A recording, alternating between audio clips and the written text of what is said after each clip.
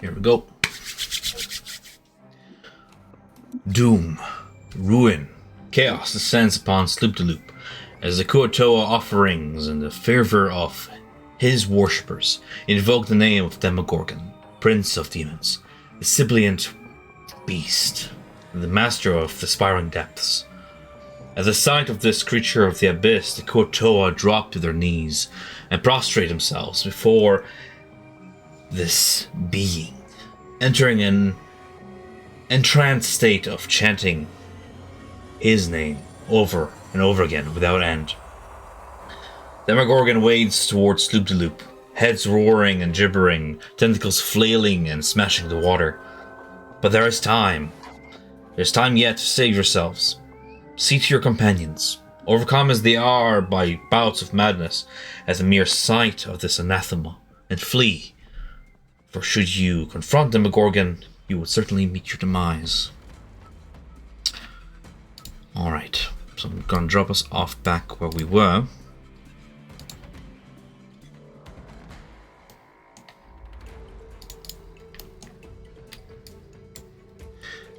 And do we still have initiative from last time?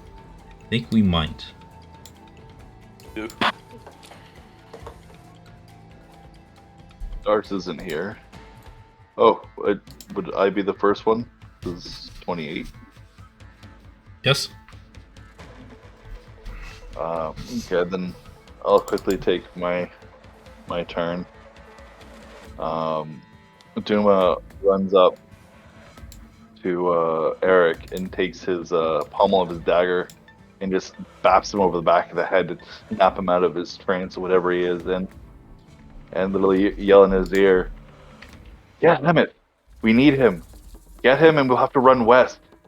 Duma will take a quick look at the Narbanel to see which direction is west. Is the map north, south, east, west like normal? Relative to the map, tilted? North will be to your right. North would be here. The west is water. The west is Demogorgon. Oh, okay. Oh my god. Do we want to go south? Because you want to go this way? Oh, over here to the right-hand side is boats.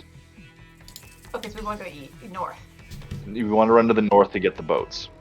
So, he's gonna look at Eric. Grab Hemeth and run to the right. It's north. I'm gonna get everybody else to move over there. All right?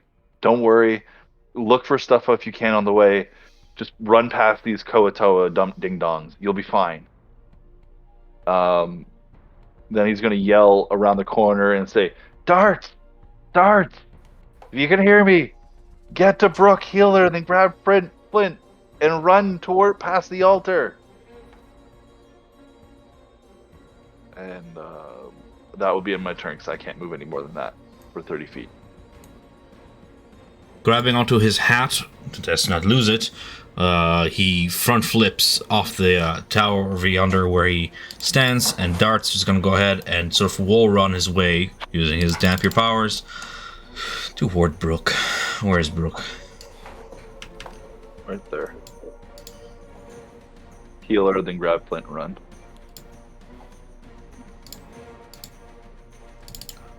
What means do I have to heal? Cure wounds, I think.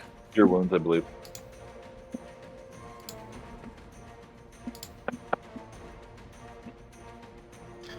Wow. Wow, somebody just not like organizing their spells. I trust I have cure wounds here somewhere. I do not. That will be... Yeah, there it is. Okay. Cool. I need a screenshot of that spells. He just put You commented on it, you gotta share it. he put every artificer spell just in here. It just looks like this. Oh, I gotta see this shit. Ooh, fuck. Oh my god. Okay, He has all the spells prepared.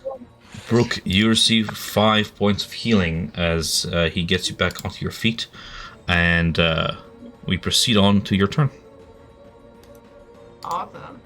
Her cool orient herself would just be like, kind of give a brief thumbs up, and then she'll kind of just be like, "Where are we going?" To which I'm going with, he will have passed on the information that Duma shouted. Oh, Doom is still shouting it. Still shouting. Awesome. So Brooke will just keep. She'll run that way. She'll take the action dash and just. I guess she has to run around because she's not going to run through Moonbeam. And Flint doesn't look like he's able to drop that spell. If he's. Yeah, the spell is gone.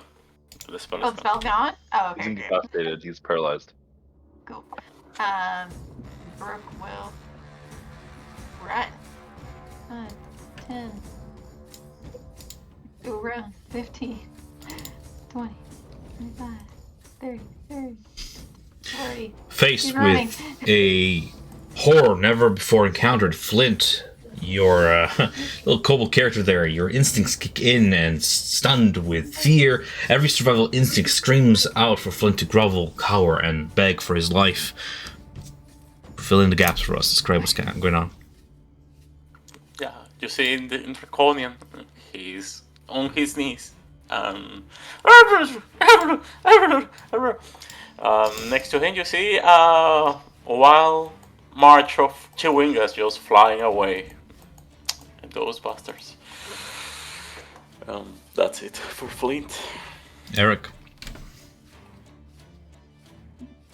Alright. You still want me to grab the merchant, not Flint? I'll get Flint. Okay. Eric goes to here. He's gonna use Giant's Might and then make himself large and pick up the dwarg.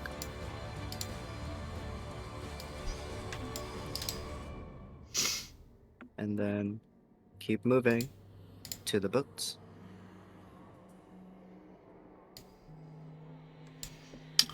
Alrighty then. With the Kotoa in a state of daze, you look about the rest of your companions. Shushar barely holding on to sanity by focusing onto a mantra of peace to steady his resolve.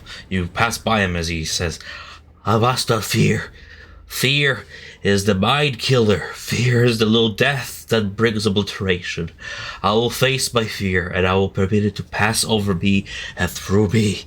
And he runs forth through the chaos and spends his turn picking up Plupine's staff. As he picks up the staff, he focuses upon it, tuning to it, and lifts it up in the air, calling upon his powers of enlightenment and inner peace. He attempts to cast Calm Emotion onto people around the altar of the Deep Father. Calm Emotion stretches out to a range of 20 feet, I believe, and will help and suppress effects of madness.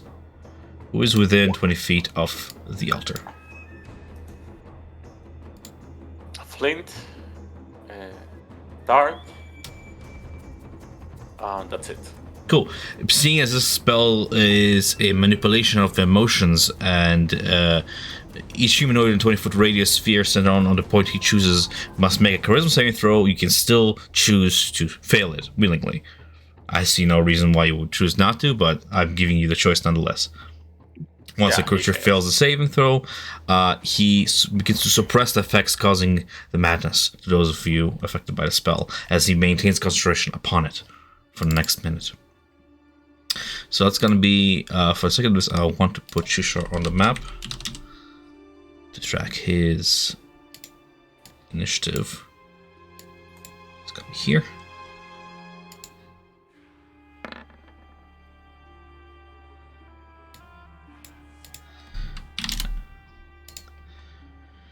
Excellent. You pass by Jimjar, who, finding his feet, ready to flee. Gang? What's the plan? Just as you make toward the boat, he joins your side, helping how he can, whether to steal a boat or snapping characters out of madness. Is under your instruction at this point. He's not a combatant, but he's a pair of hands that can help. Do you want him to do anything on his turn specifically, as we find him by Eric? Either find a pearl and or help Eldith snap out of it. I want this to be a group vote. Those. I get it. I will say to prepare the boats, like grab. Get to the boats. Yeah. Get to the boats and start getting them ready to take off. Yeah, with a silk rope, like if we're gonna touch them, but yeah. Brooker's kind of just terrified right now. She's just running. So does Megan abstain from voting? Brooke's been down for almost this whole situation, and she's just up now, and she's just like, someone told her to run, and she's just running. She doesn't really know what's happening. So Jim Jar, using his dexterous, short feet, but lithe movement, combat rolls forward and dashes using a bonus action toward one of the boats. Like so. And prepares to sort of gather whatever is at his feet at the dock as he maneuvers over toward the boat. Like any netting, any rope he passes by, he sort of begins to pick it off the ground, and then he takes an action to finish off the moving by the boat and begins to sort of tossing it off yonder into one of the boats that can probably fit 4 of you.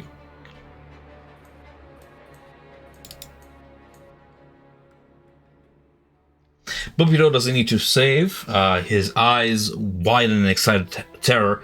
The little Darrow stands amid the chaos and just laughs.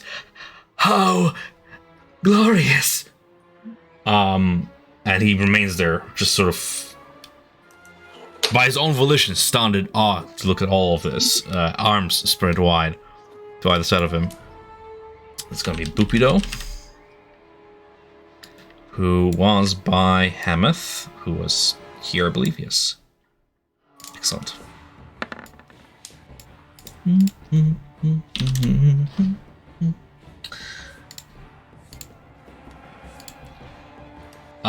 Those of you spot him through the chaos, see Prince Darendil, having failed to save against the madness, fleeing into the city. Letting out a bestial scream of panic, the Quaggoth drops onto all fours and runs as far as he can from the shores, as far as he can from the sight of the Prince of Demons.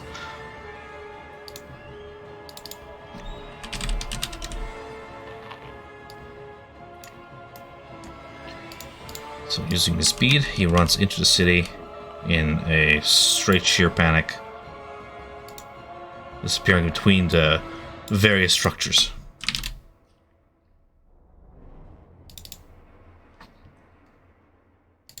Eldith, having failed to save against the maddening effect, enters a state of delirium as she desperately swings her warhammer in wide arcs around her, attempting to fight unseen foes throughout. While in this state, she's still coherent, just hallucinating. Do you wish to give Eldith any instructions at this time to just maintain order? Duma would yell at Eldith and if everything's okay. Eldith, no one's in front of you. If I can put my hand on you, I'll guide you out.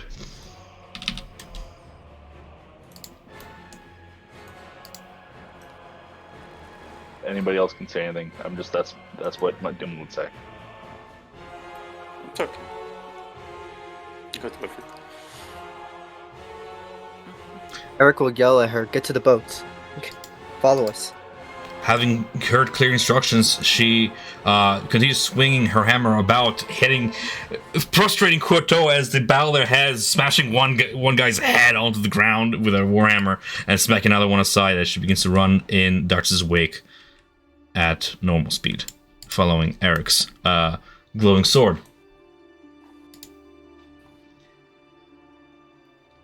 Stool, having been not spared from this madness as well, its rattling trembles as vivid hallucinations distort its perspective of reality about it. In its madness, it sees twisting fungal tendrils engulfing the world around it, transforming familiar sights into these nightmarish landscapes that writhe like shadows, grotesque shapes at the edge of its senses.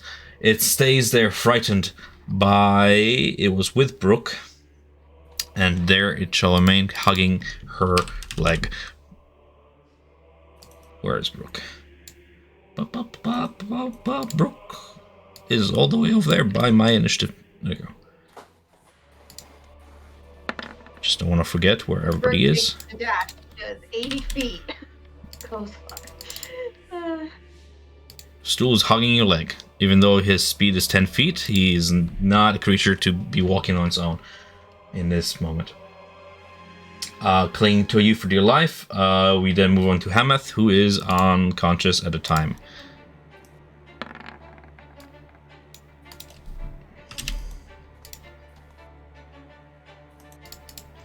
Being unconscious, there he remains. He seems to have been already unconscious midway of casting some sort of a spell, but as a sheer sight of the monster, he got interrupted and dropped. The Koto are incapacitated for the next 1d10 minutes. 7 minutes? Meta knowledge, but whatever, it's for me. Okay.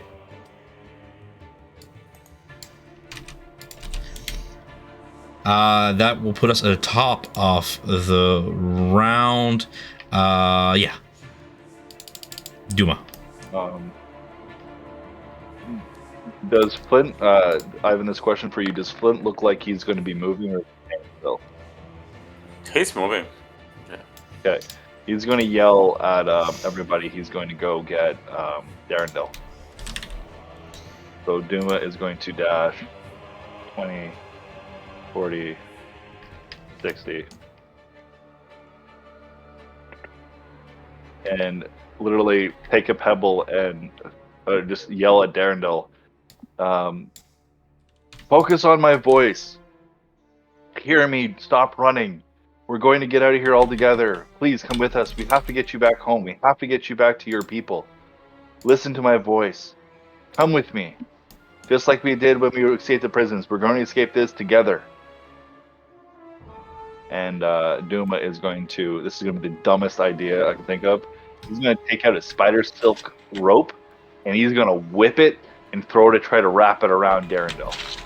Gonna throw a lasso. Basically. I'm going to cowboy the shit. Cool. Make me a dexterity range attack. Dex range attack. I'll be proficient with it, so I'll just roll a dex throw and then... Proficiency with lassos. Well, I'm a marshal. Well, it'd be 19 anyways. It'd be 9. Well, technically I'm in darkness, so 23.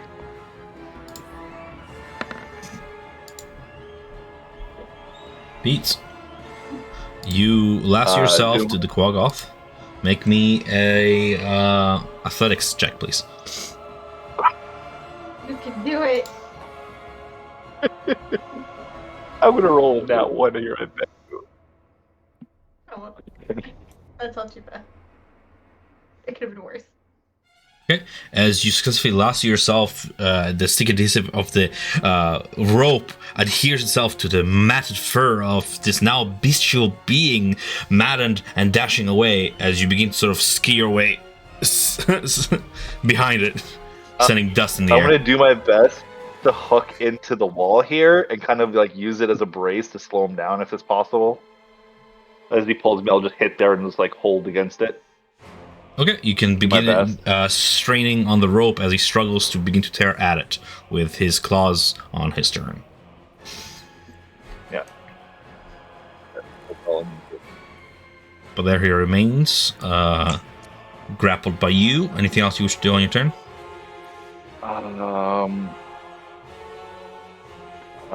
He's gonna yell over at the Koatoa here. Oh, they're all stunned, aren't they? Koatoa are throughout the village are incapacitated by the presence of the Magunkun. No, that's everything I can do for this turn. Yeah, that's all I can do. I have no bonus actions to do for this. All right. Darts keeps running toward the boats at top speed. Brooke. Brooke, having heard some of the shouting, she's like, okay, no. Gather yourself, Brooke. Gather yourself. There are enemies. But you still need to do shit. And with that, she can somehow, down all of the alleys, see Prince down here. And she sees this pretty far. Sees the white and she's like, what is that? And then she's gonna move towards 5, 10, 15, 20, 25, 30, 35. And then she'll see Duma and she'll be like, Duma, do you got it? You need help? Not really. I think he's way stronger than me. I'm just holding him for now, and I need somebody to snap him out of this. I can give it a try. And then she kind of still looks around, seeing what she can do. She's this. What is this pile? One moment. Altar, Shrine of the Sea Mother. By the priest's hovel, where he first had you guys gather, you see a pile of treasure. The home of the archpriest contains a section of offerings taken from less fortunate travelers or called from the depths of the lake. A whole bunch of coins. You don't have time to count it right now, but like we're talking thousands. You spot a strand of like matched pearls, 2 potions of healing, some sort of a potion, turquoise in color with a jellyfish swimming through the bottle, and a spell scroll.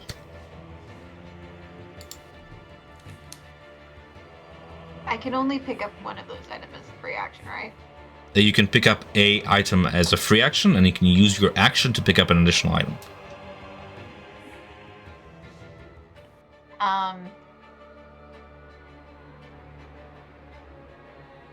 So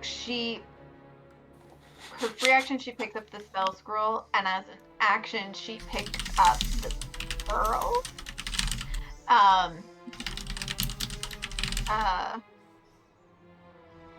And then she will use once more take a deep breath and use and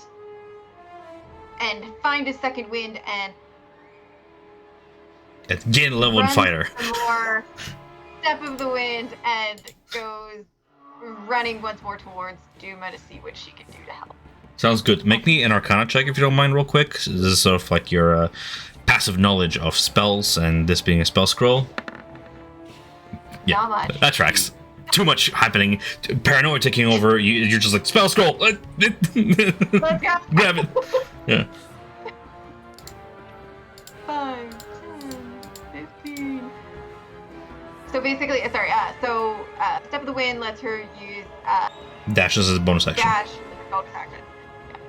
5, 10. How far is that? I'm just gonna do straight.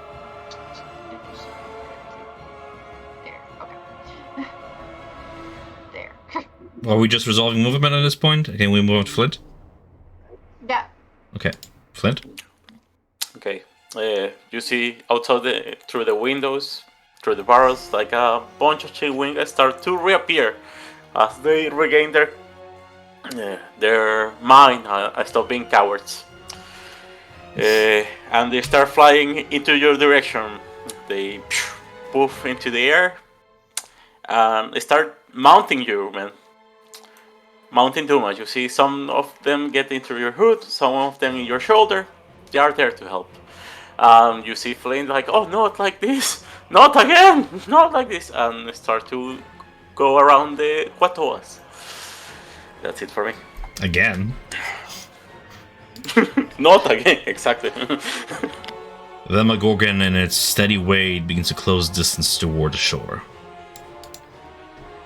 as you guys watch from the shore onto the waters that begin to turn red and bubble as the few poor Courtois who found themselves in those waters or coming back from their fishing trips begin to get attacked by some creatures, shadows looking below the surface that pull them under and lacerate them. Eric, it is your turn. You, with your heavy steps, shake the ground as a few of those king crabs in that cage scutter away from your sure mass. You hear the and feel the warm breath of Hamath as he still lives. What do you do on your turn? Yeah. Eric looks over his shoulder at Duma lassoing Darendelle, trying to pull him back, and looks back at Satan, and he yells back, he's done for, just leave him. He's too heavy for you to pull him. Just get to the boats. And he's gonna make his way to the boat. These the water with the rocks below the surface, I assume this is like shin high water that we can walk on. For you especially, yes.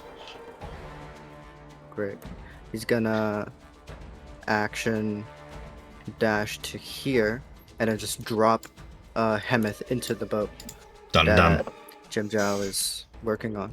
And he's gonna start working on preparing this boat over here as well, making sure that like the nets and the paddles are in there and like ready to be used. Nothing's damaged. Sounds good. As you make your way toward the second boat, you notice something has followed you ever since you first dashed through the water and made some splashes. Dark shadows just sort of dart in your wake. You step foot onto the dock and drop Hamath off, and you saw them maneuver like under the porch that you're standing on. The creak's been beneath your weight there. But as you begin to prepare various ropes and untether the boat from the dock and prepare to go, get your oars and everything, you see one of them leap out of the water in a sort of arc and attempt to just sort of bite at your hand. These manta-ray-like demonic creatures. I'm gonna put 3 of them around the boat as their presence becomes known to you. 1, 2, 3. Okay. So and I'll just rule their initiative.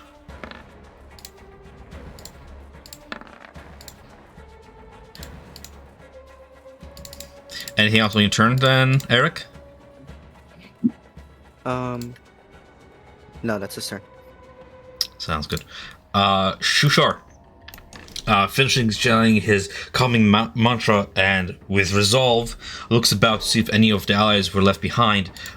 He will sort of grab arm in arm with Eldith and guide her forth with his dragging speed toward the boats, giving her a little boost of movement there, pushing her. Go!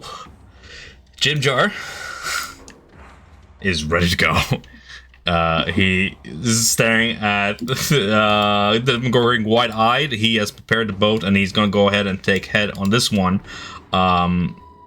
Waiting for the first 2 people to jump into the boat, and he was preparing an action to begin rowing out of here. So I'm just going to have him do that. Bupido is confidently, arms folded in front of him, smirking at the chaos and the prostrating figures, getting inspired by this whole scene, makes his way, strolling, not even dashing, toward the boats. Prince Darendelle is going to make 2 attacks versus Rope. I'm going to look up the HP of Rope real quick. I think it's like 10. Rope. And while feared, he has disadvantage on his attacks. Silk Rope. Toggle Whisper, toggle advantage, no Whisper, and disadvantage. Rope has 2 hit points and can be burst with a C17 strength check. You know what? It doesn't tell me its armor class for some reason, and really should. But that's fine, I have objects right here. 11. Okay, so disadvantageous attacks makes 2 claw attacks. 1, 2. DC of 11. miss, and the second one, I believe, will rupture the rope as he does so. Yeah. Your rope is lacerated in twine. I'm gonna say it's a lasso, just cut it in half. You still have the rope though. As he shreds it, he spends his turn still feared and not shaken from his fear. Again, wading through the city into the darkness, now disappearing into the sort of mushroom jungles, farms at the edge of the cliff, and he begins to climb, rake against stone, and climb up the cliff. Fuck, I don't have anything. He's moving fast. Oh yeah. Eldith, still swinging about, she bashes one of the stone platforms holding a large fish, sending it slick on the ground, sprawling and shattering the fence that she's standing beside, sending a whole bunch of crabs free to scatter about and probably roll wisdom saves of their own. And then she begins to run in the group's wake, making it all the way to the dock. Stool is clinging on to dear life with Brooke. And because nobody's in the water yet, I'm gonna go ahead and have the creatures in the water begin to attack the boats. Oh my gosh. Looking up how much HP a boat has. A rowboat has an armor class of 11 and 50 hit points.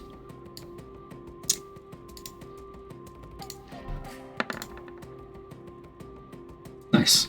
So no noticeable damage as it doesn't penetrate the damage threshold of the boat's hull, but you still can feel the boat rock and a raking sound reverberate throughout as these fish make their attacks. Second one bites the boat for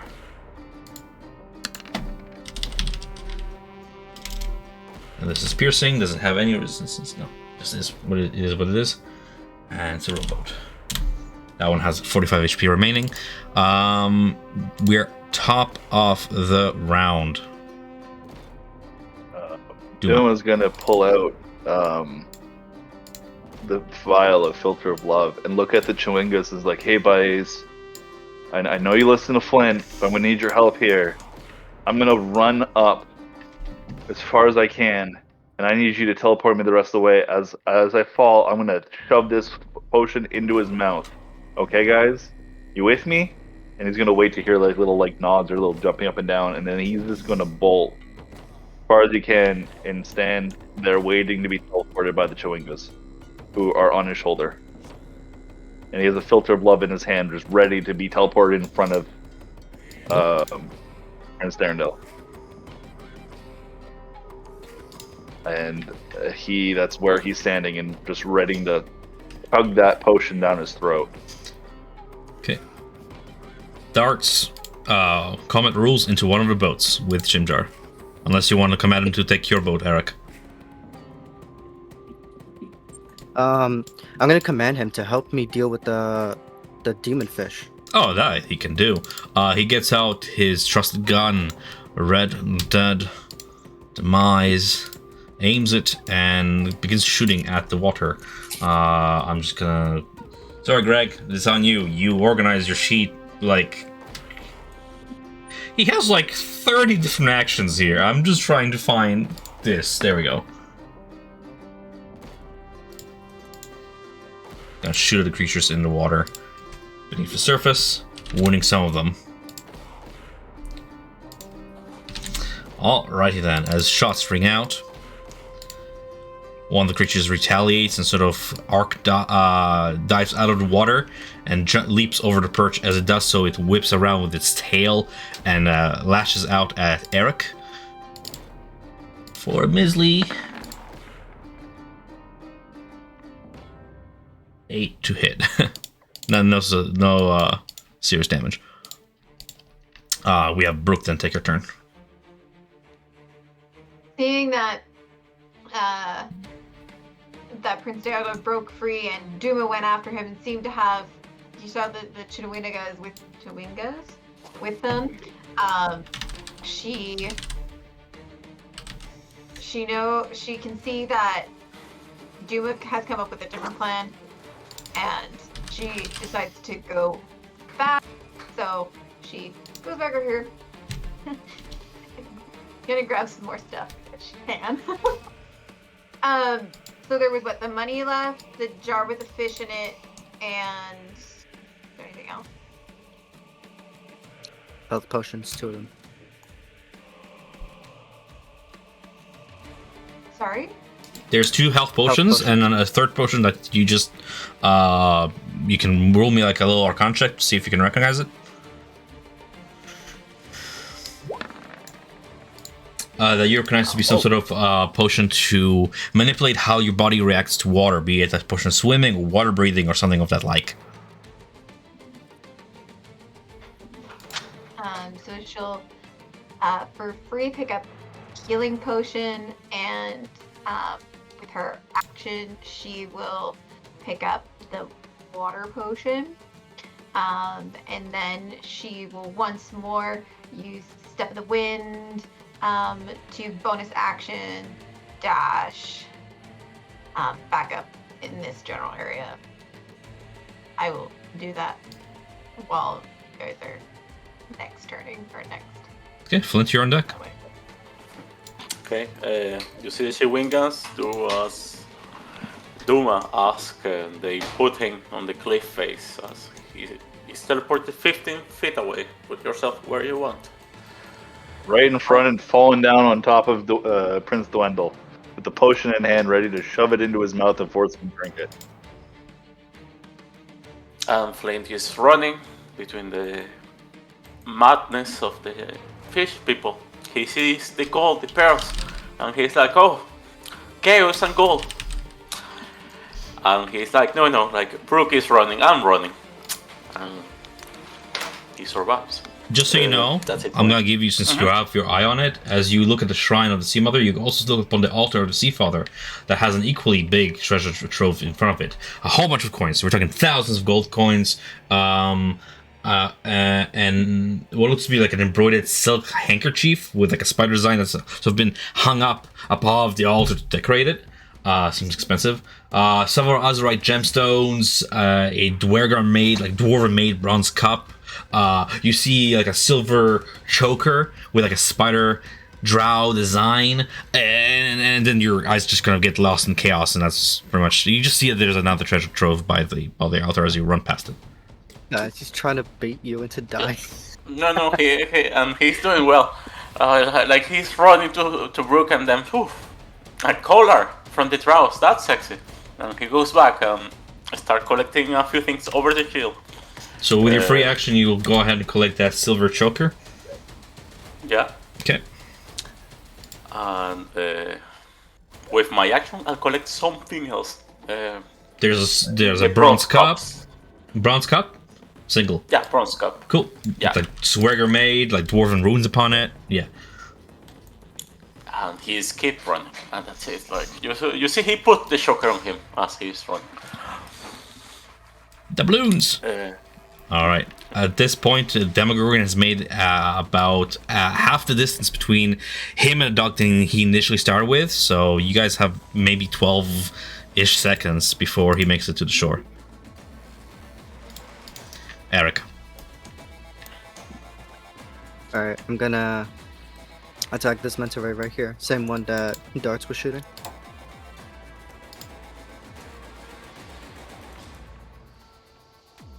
Your weapon enlarged with you. You smack the water surface and you crush something beneath the weight of the sword for a perfect lethal hit, killing the creature. I'm gonna move up here and use my action surge to attack the other one. You see it has attached itself by its maw and 2 wings and it begins piercing the boat, putting holes in your ship. The bastard. A 16 Does hits. hit? Man, you're just scoring perfect. Yeah, you're scoring perfect lethals today. Nice. Being already wounded by We're Darcy's in an shots. emergency right now. Yeah. You kill another of those creatures. making way for your companions to join you. As you do, you see another one joins you at the dock as Shushar uses his dash action to join the group on the dock, making it to the dock. Jimjar is just ready to move. He's ready to go. He's going to take his action to not be useless. Still holding on to his senses. Like, I bet you anything I can't hit that one. And he grabs one of the daggers that is like the fishing dagger in the boat and just aims it at the manta ray-like creature in the water and just goes, take this. And he tosses it. I'm going to just have him make a... Yeah, the short sword will work for this because it's the dexterity attack for him. Versus an AC of 15. He misses! Darn! Takes another shot at it with his short sword, hitting for 15 to hit. For some damage.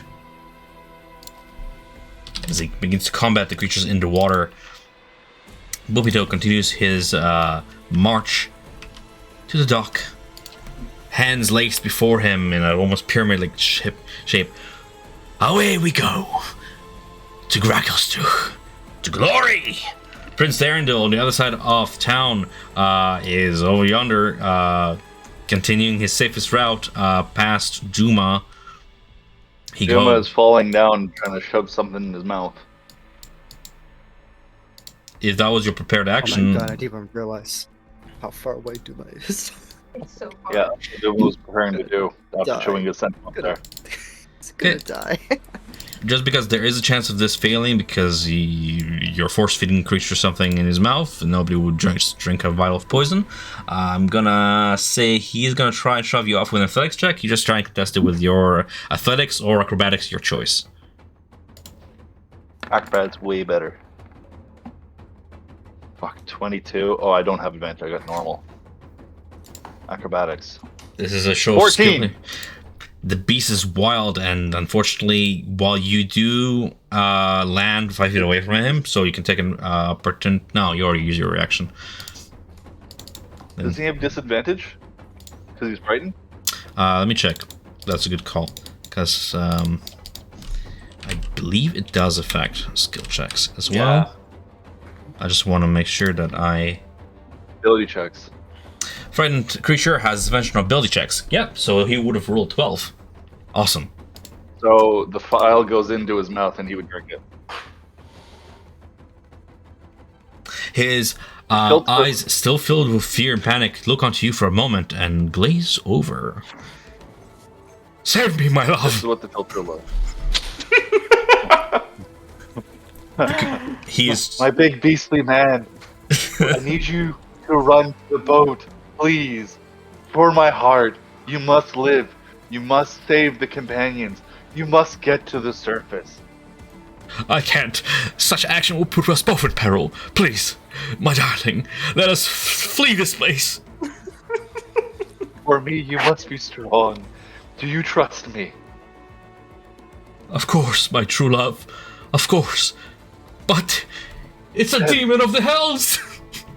You we can't just tell him not to. worse- You're not gonna cleanse his frightened condition, but he is charmed by you for next No.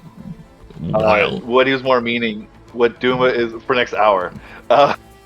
Duma is trying to convince him not to run directly at him, but around. To put his faith and run directly around him. You can't. Roll me a persuasion check with advantage because you have the filter of love. Yay! So I almost did survival. Persuasion? Oh, fuck, 8. This tracks. He will, but he will not leave without you. Thus slowing himself down as he grabs you into his arms, bearing hugging you with the chewingas, and all together you begin to move at his speed of carrying you all 15 feet. I shall save you. Duma's gonna whisper to the Chewingas, when you can, teleport us together, far as we can to increase our movement. Sprint, my love, sprint. Alright, charmed as he is, we're going to move on to the other end of the docks where Eldith is going to make her way, judging the situation as best as she can, seeing enemies everywhere. She's going to go ahead with a shout leap onto the boat by Eric, giving a very noticeable stink eye toward Hameth, the Dwergar. She's like, no, enemies abound, and she'll leap into this boat and prepare to sort of help you unmooring it. Alrighty then, just don't delay anything else. We have him still unconscious. It's top of the round for Duma.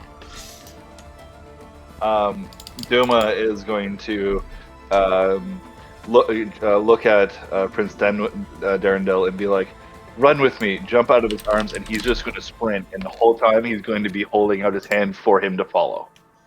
So they move faster rather than just being carried. Sounds So good. 60 feet. 60 feet would be to there. And Duma knows the Chewingas will be able to propel them farther. So he's going to wait for Prince Darendel there, and they're going to make their way up to one of the boats over here. That's the plan. Okay. Over here.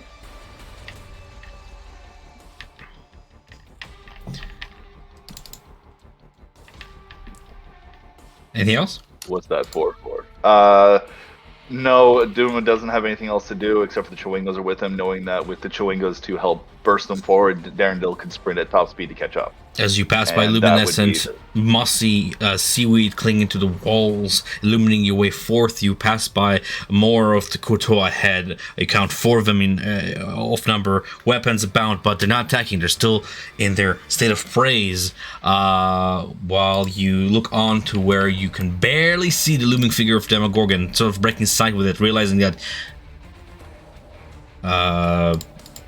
Prince Darendil also has a broken line of sight to it, so on the beginning of his turn, I'm going to try and have him shake out of the madness. We'll see how that goes, because you're really trying to break how fear works. He can't step toward his target, but nonetheless, Darts is going to take his position on top of this boat. Here, room for one more, as he will just destroy this creature over yonder, attacking the boat. We have Brooke take her turn.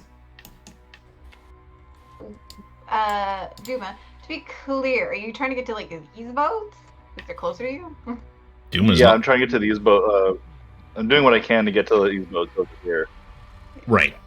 But keep in mind that your character only knows what she sees around her, right? Mm-hmm.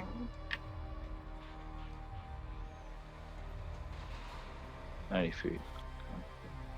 Are you up on top of this, by the way?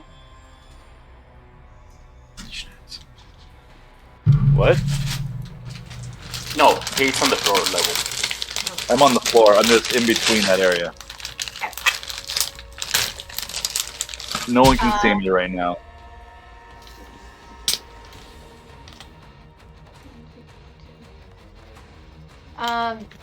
Seeing that these 2 boats are filling up and there's more companions going, she knows that Duma is coming, and she looks around and is like, I need to find another boat to secure. We need another boat. She doesn't want to get any closer, so these boats are off limits. So she's like, there has to be more to the north. So she's gonna go this way.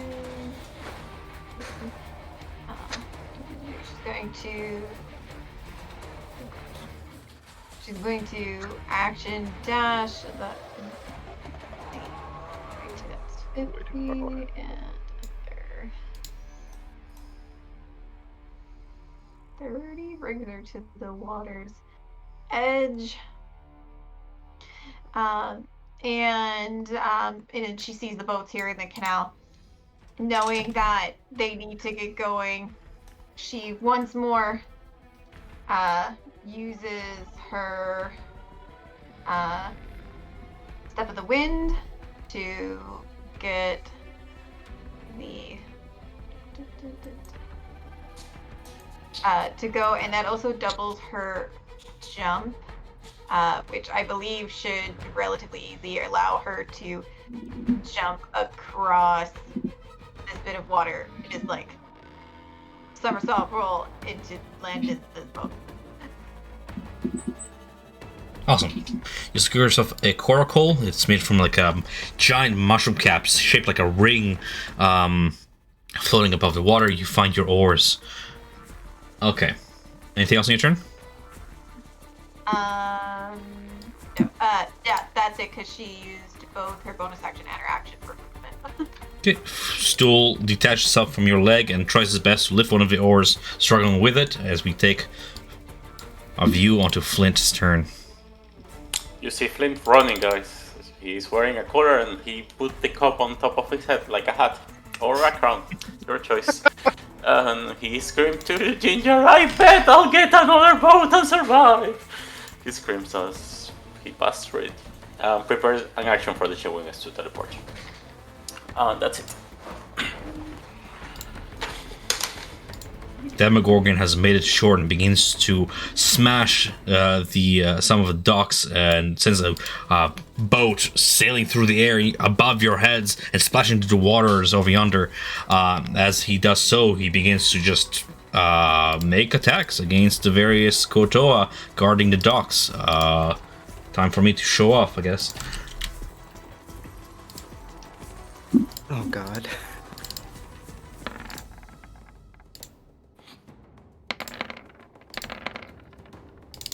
He is killing left and right. As at this point, has made it like onto the docks here and waiting toward this amassed group of Kotoa. As he does so, a near miss from Demogorgon's tentacles, a might has. Eric, you're big, you're tall. Make me a dexterity or strength saving throw, please, as one of the boats comes sailing over your head and toward your head, actually, threatening to knock you overboard. Okay.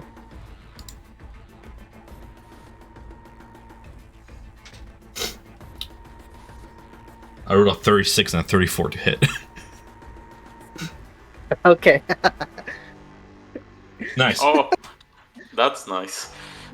Strength saving throw of 22. You manage to duck just in time as one of the boats smashes into the northern dock here and just destroys it. Okay, I'm gonna keep the narration going as we have Eric's turn. Time is running short. Okay. Eric is gonna instruct Darts and Jim Jar to start paddling. To start paddling forward and get the hell out of here. He's gonna instruct Shushar and Sloopdulop to do the same thing. Sloopdulop. Forgot his name. Pupido. Poopy dough. Poopy dough. You call them poopy dough for fun. And then after giving those instructions, we made sure that these ships were ready to be fell off. I'm going to start running and taking my action to dash towards this boat over here. You running across the water? Yeah, I'm just running across the water. Make me a dexterity saving throw, please, against the various swarming creatures in the water. Oh no. Yeah. Oh, no. You take 4. one attack equivalent of 5 piercing damage from the various Ixotil in the water. It just being a general hazard at this point, but nothing for you to fret on, I think, at this point. Still. Yeah, you're bloody. Never mind. I spoke too soon. Alrighty then. Maintain concentration on task ahead. Jim just goes, "Come on, man, come on!" As Bupido gracefully lands in the boat with darts at the head of it, and a lot of you guys secure your way as it begins to row out of dock. You guys are on water at this point, maneuvering out. I wonder if I have a boat token. Boat. We'll have then the camera pan over to Prince Darendil. As soon as I... Oh, I do. Okay, cool. Use one of these.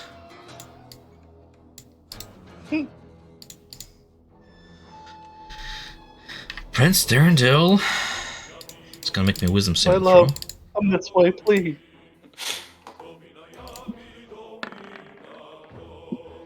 13. My furry first of a man.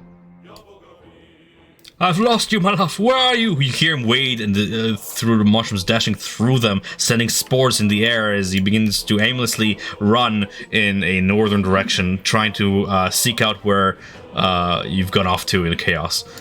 His fear is just holding him in place from approaching any closer toward the Demogorgon. So I'm just gonna real quick here measure something real quick, just for the sake of fairness. If this line passes through any solid object, which it does, he'll be able to eventually find you as he wades through the mushrooms, finding and joining you by your side. I'm not invisible right now because the Chewingas are giving off light, so it's easier for him to see me. Eldith is in a boat with Shushar. The pair of them just gonna sort of look about, and Eldith goes, "Where's the little guy? Where's the kobold? Flint! Flint!" And as she says that, she sees like a cop as a crown running around. There he is. Over here! She waves and begins splashing her warhammer against the surface of water at seen or unseen enemies. It's hard to tell at this point through the chaos. Stu is, I don't know why he's even initiative. He's still struggling with the oars. Hameth is still unconscious. Okay, so at this point, the Demogorgon. Hi, by the way, Greg. Welcome back. You're in a boat.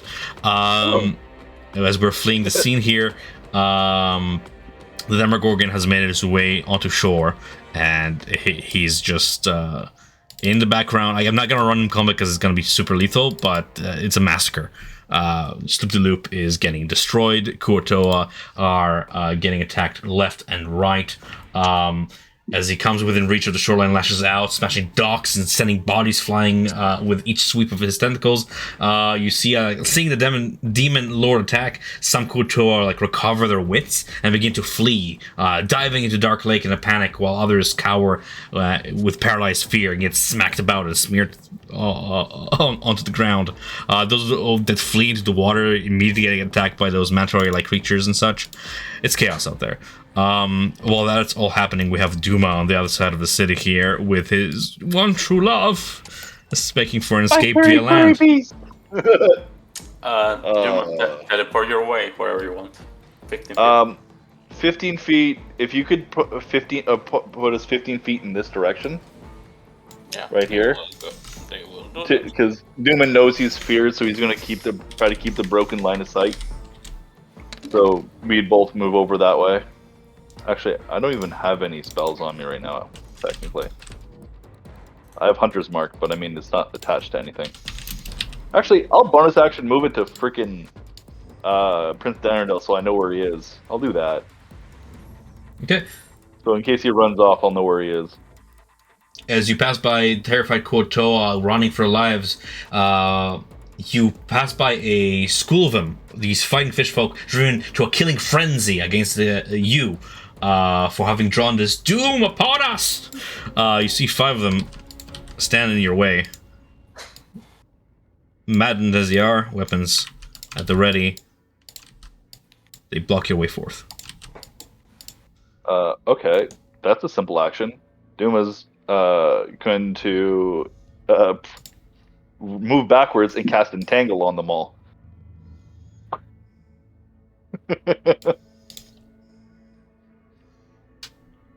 And then say, we have to run back.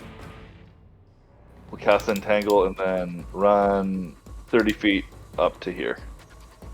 Okay, man, help me out. What's my saving throw? What does your spell do? My spell save, basically I trapped them. I'm sorry, I gotta send it to you. Why did it close? You can just closed. Read me your spell. It's strength. Strength, thank no, you. I know, my entire sheet closed.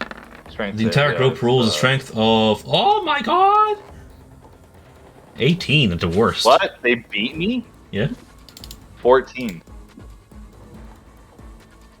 I'm gonna roll it 4 more times just for sake of fairness. Starting from the northern cardinal, moving down. 1, 2, 3, 4, 5. Fail, fail, pass, fail. So 2 pass. The 2 are perfectly entangled.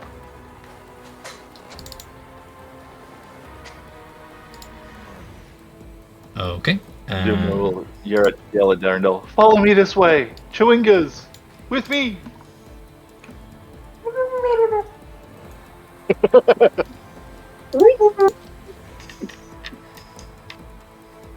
No, run forward to the ship. Get one prepared for us, please. I'm gonna start expediting combat here a little bit because some of you guys don't really have actions to do, but you can still narrate your sort of surroundings, how you feel. Darts, what does your character look like in this moment of panic?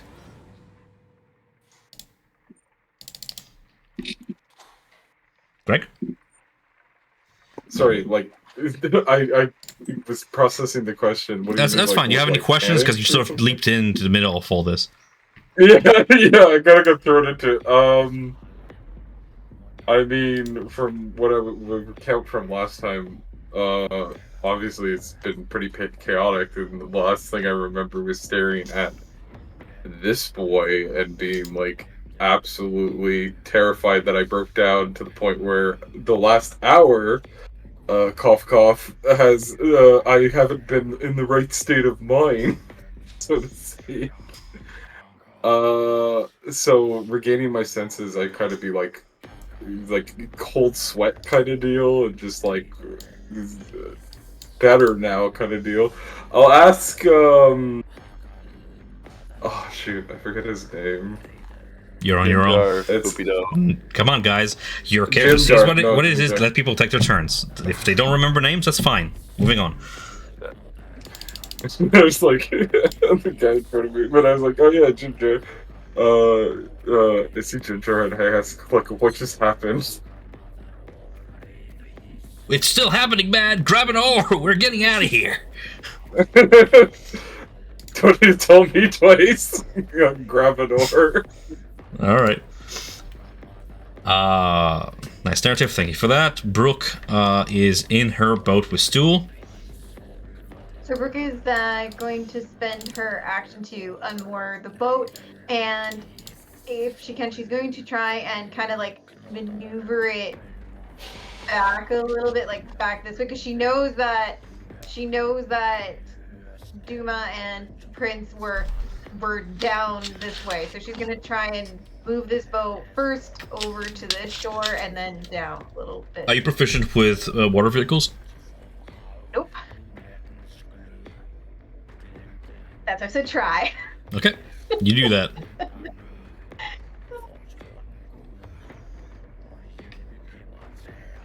I haven't played a campaign with vehicles yet. How does that work?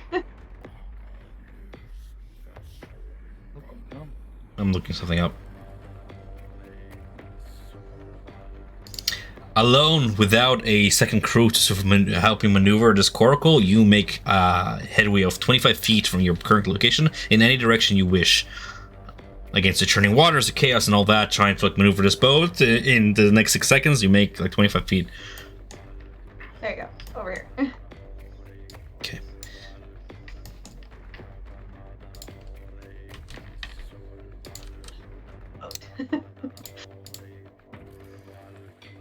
Are you just moving the boat? Anything else? Yeah. And then she just kind of shouts in the dark. She's like, Duma! Duma! Over here! Not knowing if she can really hear her yet.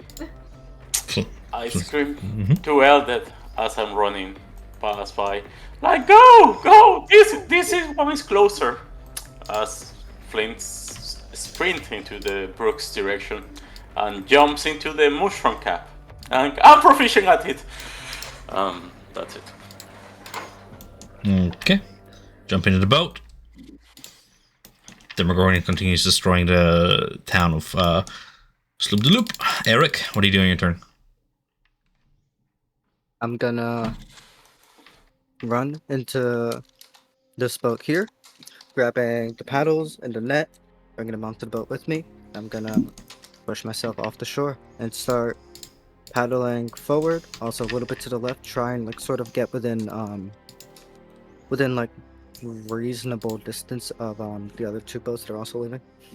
Seeing you steal their livelihood, their means of escape, the Kuo-toa close in distance behind you, assembling a little hunting party and begin tossing their spears in your direction. Okay. They make There's Just- boats right there. Leave me alone. You're stealing their boats. That's my boat. Oh my god. As one of them is about to hit me, I'll suddenly all their vision will be covered in gray glittery dust. Gray and silver glittery dust as I use the cloud rune and redirect the attack that's about to hit me to this guy right here on the left. The first attack. Standing in the water, he gets electrified for a total of 8 lightning damage. As in their confusion, to continue attacking, one of them attacks hits you for 5 lightning damage in your boat. As you continue to try and push your way off, you realize that maneuvering this boat by your own self is turning out to be quite difficult. You need a crew of 2. But you'll be able to head off at half speed. I don't make up for 2 normal sized people as a large creature for now. I'll allow it. It's funny. I went into a boat by myself because you said they could fit 4 people, and I kind of just assumed that I wouldn't fit with I'll allow other it. creatures. It's my funny, size yeah. right now. Yeah. You manage to reach to either side of the boat with your large stature and roll your way out of there on a turn. Really wish I had a better stats for Robo, so I should have really prepared this. That's on me. Thank you. Vehicle, equipment. I am almost certain you can make 50 feet of movement a turn with a rowboat. I'm gonna say that. Yeah, it's fine. It's not that important at this point. You make your way out of docks. You have safely made out of shore at this point. Right. Oh my gosh, I'm barely hanging on to my life. At this point, like, the battle map does not really matter. We're sort of in theater of mind as you sail away from the range of your spears. Shushar is safe in a boat. Jinjar is safe in a boat. Bupito is safe in a boat. We're just going to resolve whoever is still inshore fighting off the Kuoto or handling the chaos here. Prince Darendil is with you there, Duma. Elf is safe in a boat. I'm going to have those who are safe just rule them out of initiative for my sanity's sake. The Kuoto give chase after you, lot.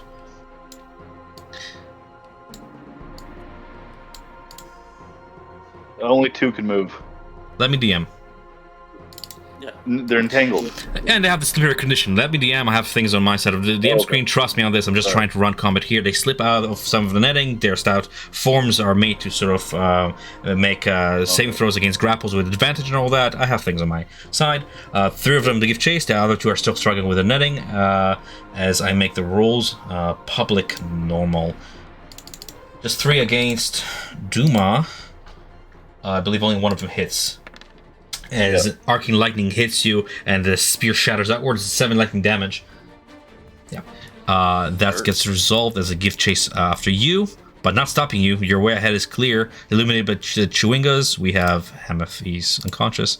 Duma, go for it. Duma is going to sprint 30, 60 feet over here. And hopefully Darendil will follow, and then the Chewingos will burst them 15 feet after that. Okay, for the sake of simplicity and not stretching too much, are you making it to Brooke's boat? Would Prince Darendil's weight be able to fit all 4 of us in that? If so, yes. If not, we'd go to this boat. A boat can fit 4 people comfortably. Then yes, we're heading to Brooke's boat. Sorry, So I put a stool in there. For the sake of cinematic, as you rush and leave Sloopdulop behind you, you and Prince Darendil both leap into the boat. And that is the boat that you guys take. The Chewinga's in your wake as well. As I'm going to round off combat here, and we have pretty much began to roar our way out, leaving Sloopdulop behind. I just want to check to see who's in which boat. Okay. Nicely done.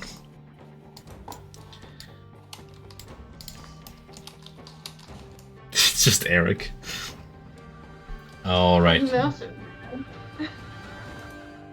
I'm gonna, as we're making our escape, I'm gonna be paddling closer to Shushar and Eldiv's boat because I know that my giant's might only last for a minute, and Mhm, once mhm. it does, I'm gonna like position my boat next to them, and then once the giant might runs out, I'm gonna jump onto their boat.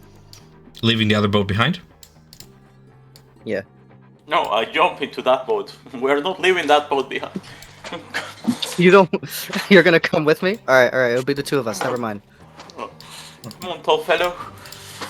All right, as your giant might in time begins to dwindle down your magic wanes, wounded and reeling, you guys set off.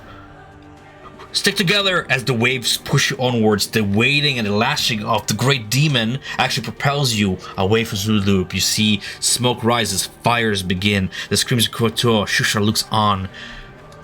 Mouth agape. This is not what I imagined when we came here. And he looks down sadly onto the staff now in his hands. A lot of you look upon the treasures you've received, upon the worth of coming here, the price paid. Phasrus fades ahead as you wade into the darkness and set aboard your Zurkwood-capped coracles and find yourself enveloped in an oppressive darkness. You have escaped Sloopdulop. And you have leveled to level 4. Nice. We are going to take a break here. Let people level up, take their due breaks as we'll continue off our journey in just a moment.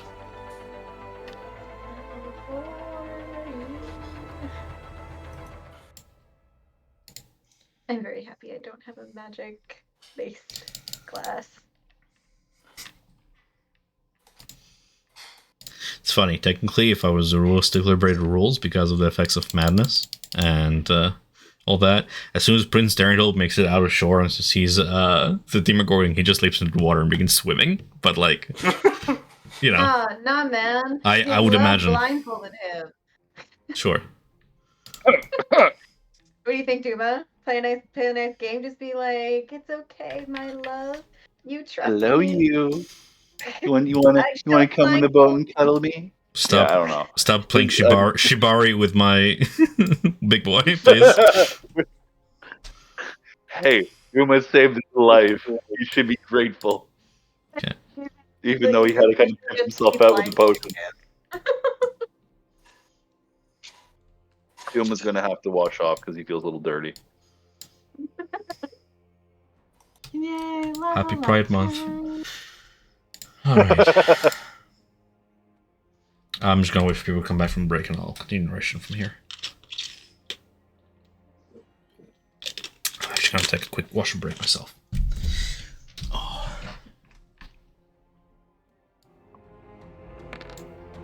A good roll. Hey. Max HP gain. No, I got a 3. I did terrible.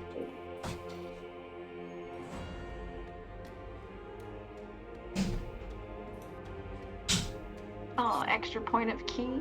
Love it. Oh yeah, and I got slow fall.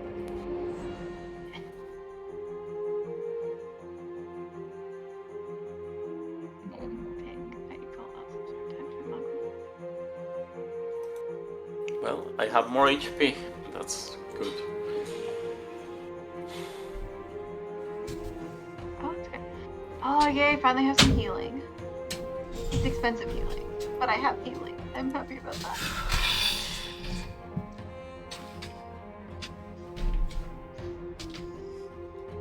Oh. What do we want an extra point?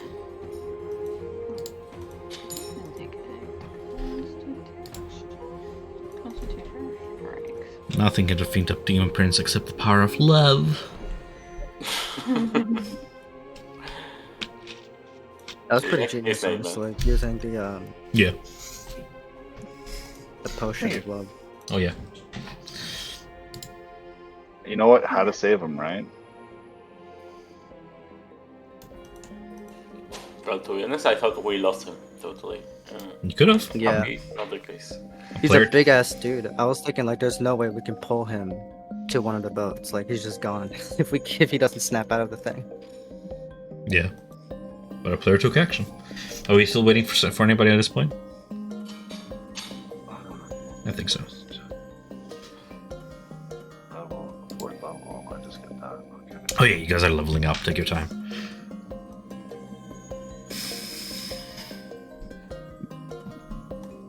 Just debating if I want to grab a feat or just get the skill score or ability score. I'm gonna kill Thornwave. Yeah. I'm gonna say, for the sake of narrative, that when you guys level up, you also long rest. Like, you guys spend like a lot of time, like wading through, navigating through the waters, following the phases glow, or like the glow of like mushrooms on the walls to navigate your way through, and then we'll just pick up narrative from there with people, you know, waking up from unconsciousness and shaking off the madness a little bit and whatnot. Awesome. Oh yeah, you have Hamath. Gonna add him to the crew. Yep. You saved him. By the way, Tom, one of the boats got damaged by the manta rays. Yeah, it has 45 HP left. The rest of them have 50 HP. Boats can be mended, especially if we have an artificer in our group and stuff. But yeah. Or if you have a pirate, I guess, because they have mending. Yeah. If you have means of mending the boat, then yeah. Oh, be right back. Sorry, I got the dog out. You also need material It is though, one unless level you unless you have all the pieces of the boat somehow to mend them, you'll need like material. But that's what foraging is for. Cool. We need mushrooms. But you've made it to the lake, so that's gonna help you with your trap pursuit to throw up your trail.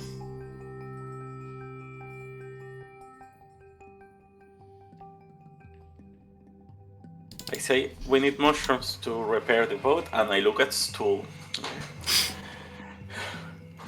Please no.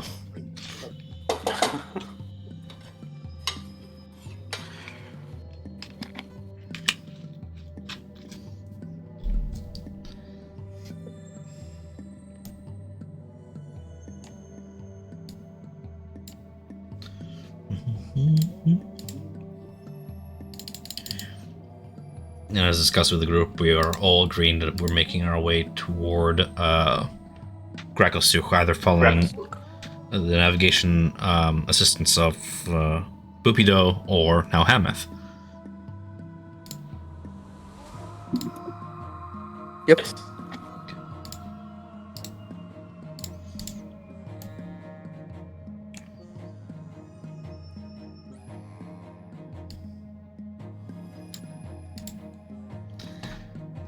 Just let me know when each of you guys are ready. Whenever we're all ready, I'll pick up narration.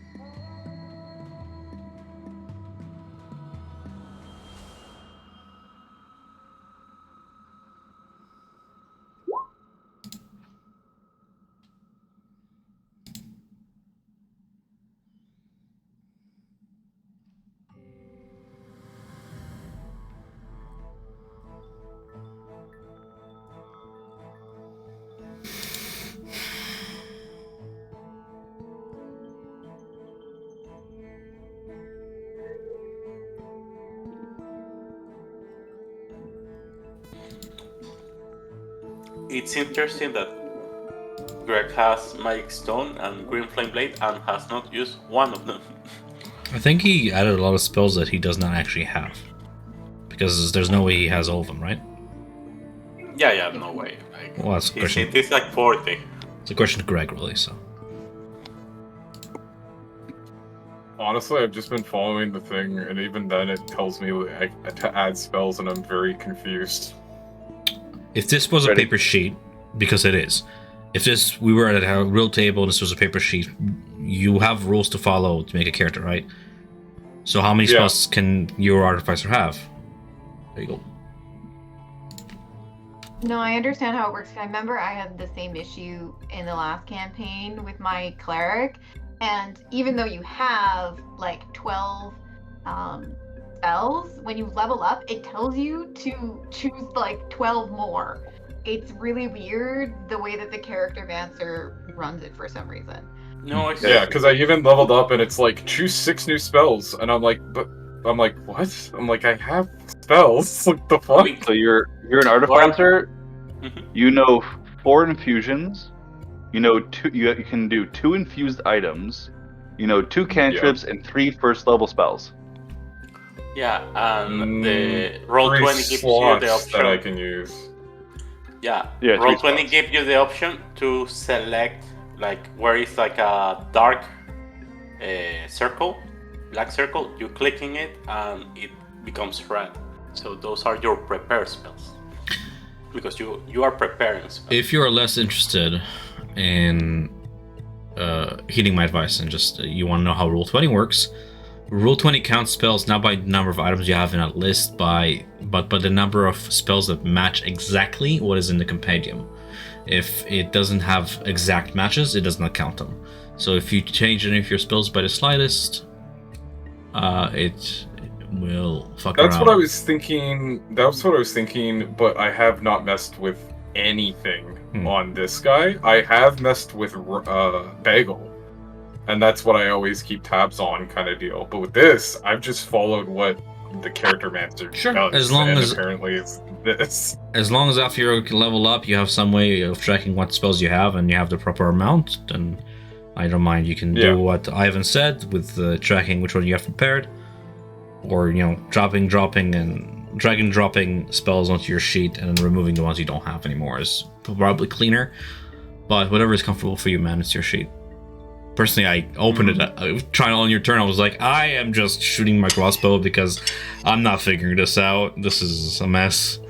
But if you have a because I was system going, noticing that it was like repeating like attacks, and I just like deleted a bunch of those. I was really confused about that. Okay, I was still waiting for Megan. I was When still waiting. Yeah. I was gonna say, when I was playing a wizard a while ago in DIA, I would keep track of my spells manually. Just looking in the book, like how many am I supposed to have based on level and my intelligence. Because Roll20 is awful at actually keeping track of how many spells you have and you're supposed to have, especially if you take feats that give you spells, then it really like messes you up. I really want to know what guys you do to the spells. Like I have never had any problem with it. But Well, some people get artificers confused are with. like artificers know spells. So prepare spells. So you can have all the list if you want. You only need to choose every day. Similar to Oh, and I was gonna say- wizards. I was gonna say, you don't have to pick spells during your level up. If you think that your character isn't supposed to gain spells, and Roll20 is telling you to, you can just like skip it. Like you can just click the next tab without adding any spells, and it lets you. I did that plenty of times. Oh yeah, that's Nice how I one, ended up wizard. doing my cleric. I would just skip it and do it manually after. Yeah, with my druid, when we hit like level 12 or something, or 11 to 12, 12 to 13, it told me I should have added 16 spells between 2 level ups in total, and that was not true. Question: madness is forever, right? It doesn't go away, like or level. Indefinite madness does not go away unless cured. Short-term and long madness have a duration that you guys ruled at the end of last session. Okay, then. I thought the points stay on us, like the trauma, something like that. But okay. Well, what was the duration of your madness? You ruled it. Yeah, 5 minutes. I'm So, here. but at this point of our narrative, you should be fine. But you've experienced a level of madness or something. Oh, the points are forever. Yes. I thought that you was meant my the effect. The points are cumulative because you get 1 point the first time. You can get another point and then another point after that. At 3, you get indefinite madness, right? Because of the upgrades every time, and it resets back to 0. Yeah. And you can get multiple indefinite madnesses. Such a great campaign. Like Darkest Dungeon. Never Damn, played that. I Actually. hate that game. I never finish it. Shame. Sorry guys, it took me a while. I am ready. I've leveled up. I Or decided we- to just take a straight points to Dex, which means my armor class is now up to 19. I love it.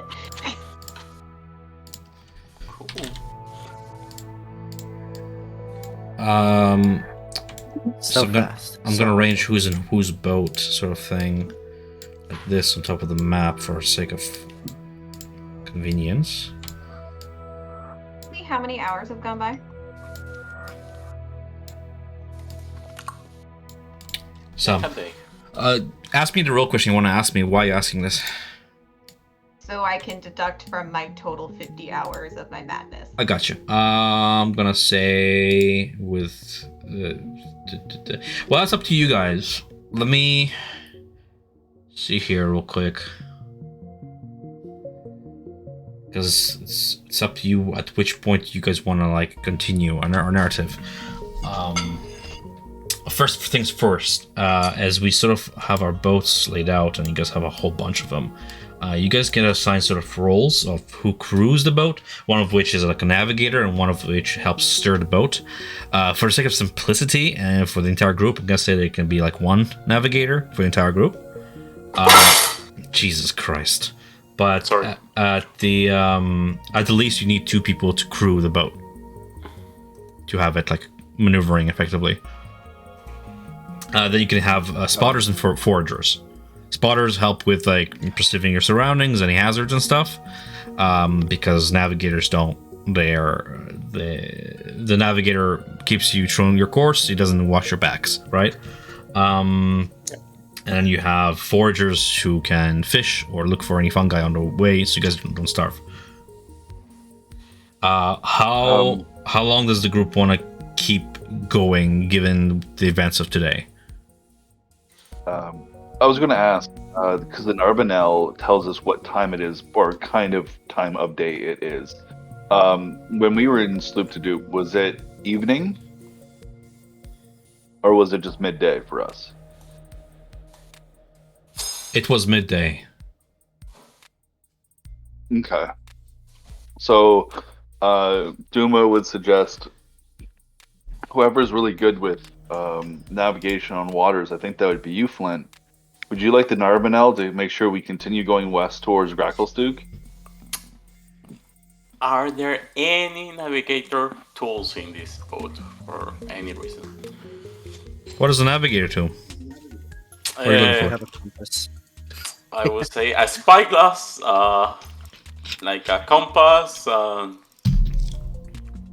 What's their Compass name? is the Narbanel. Roll me a Yeah, D100. no. If you roll 95 or higher, you are in luck. And for one reason or another, perhaps a dredged treasure from the bottom of the lake, the Kuotoa happen to have a spyglass. Unfortunately, they don't have such crafted optics of their own, and no such treasure is found on these boats. Spyglass. But yeah, I'll be the navigator. Thank you. You see there, each boat contains a net for fishing, 2 oars, that's uniform across all boats, and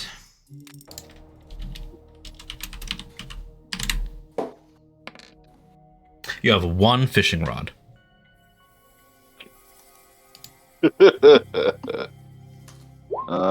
It's made from like a zircwood material tied with seaweed, and a silken strand for the line, and a little bone hook at the end. Well, given that we need 2 people to go, I guess Duma has 0 strength, Brooke. Like, he wouldn't be able to row a boat. Yeah. Brooke can definitely be rowing. She's not the strongest person, but she can definitely row. She's So got the Megan, resilience to for the her. sake, sorry, I don't mean to interrupt. I'm just thinking out loud here. I'm just gonna resolve it. For the sake of answering your question, Megan, it's been an hour. 1? Yeah, 1. Unless you guys long rested for your level up. In which case you would have taken shifts to sort of navigate through the waters and sleep. Then we can say 8. 8? Okay. Mm-hmm. Or just Down pick up from the 42 hours. soonest moment and get this over with. Yeah. Duma could either be a group spotter or he can see 90 feet in dark vision, or he could be a forager. Which would you guys like? What you're good at. Surprise me. He's good at both perception and foraging. Get me some tasty fish. Ah, tasty fish. Yeah, we don't have very much food. I have 6. I'm pretty good survival. Yeah, my perception is very good, but next is my survival. Find me some eels. Okay, I hate fish. Duma will be a forager then. As you set out aboard your Zerkwood cap coracles, you find yourselves enveloped in an oppressive darkness that seems to press in on all sides. The inky blackness of the dark lake stretches out before you, its depths unfathomable and foreboding. Above the cavern, the ceiling is dotted with faint glimmers of mineral shards. These shimmering formations cast feeble rays that dance across the water surface, offering only semblance of illumination in the otherwise pitch-black expanse. Beneath the surface of the dark lake, close to your boat, shadows lurk and shift with an eerie, almost sentient presence. Occasionally you catch a glimpse of movement below, a sinuous shape darting through the water, or like the glint of a predatory eye reflecting what little light there is to your group. You press on, your Zerkwood cap coracle slicing silently through the waters of Dark Lake as you continue your journey out of the heart of the Underdark. I'm gonna handle foraging now. Who is foraging? Duma's one of them. Yeah, whoever is, you guys decide. Food-wise, you can attempt a DC 15 survival check, as usual, to try and use the tools about to, I don't know, do whatever you want, but I would imagine, like, catch fish. You can make this check with advantage if you use fishing tools like the rod or the net. Okay. Given that you have some sort of a bait, so you'll be using, whatever you can use for bait. Duma will. Mhm. Sorry, Duma will take a large chunk of mushroom that's starting to go a little bad, and he'll throw it into the net so it wouldn't actually go through the netting. It would just get stuck there to be bait to try to bring fish in. Or eels or whatever would eat it. I have a friend that used to fish by throwing himself and using himself as a bait. What is it? Fish for piranhas? I mean, he had a short life, but I'm just sharing a fun fact. What, is that how you lost half of your leg? Yeah. Oh, this is Flint. I thought this was Ivan talking. I was like, you have a weird friend. Yeah. You're awfully jaded about it. Yeah, short life. Oh, it was not a good one. Is that how you lost your tail? No, it was not me who fished like that. A fish can eat me. No, thank you. But we'll throw some mushroom in there to try to be bait to get fish to go, or eels or anything to go into the net. Okay. Water-wise, the Dark Lake's surface has clusters of water orbs floating about, filtering, purifying water around it so that it is safe to drink. You can try a foraging roll, and if you succeed, you can forego fishing and just focus your efforts on spending the hour to just sort of gather water orbs, be it a net or just your hand, and scooping them up and seeing how many you get. So that will take care of drinkable water. I rolled a 21. For food, you managed to fish up 2d4 plus 2 pounds of these phosphorescent fish, these Dark Lake quippers. Sorry, 21 actually. That's 2d4 more. A total of 8 plus 18 pounds of fish. That's a lot of fish that you managed to fish up in the time that you forage. Yeah, you're using bait, so it's in your favor. Advantage roll, right? That you gather up. So, yeah.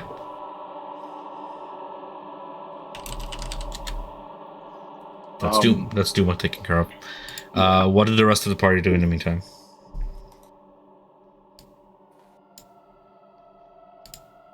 Burke is just continuing to paddle, and you see her kind of like every now and again have really quick motions of like left, right, looking around, just like almost like she's hearing voices.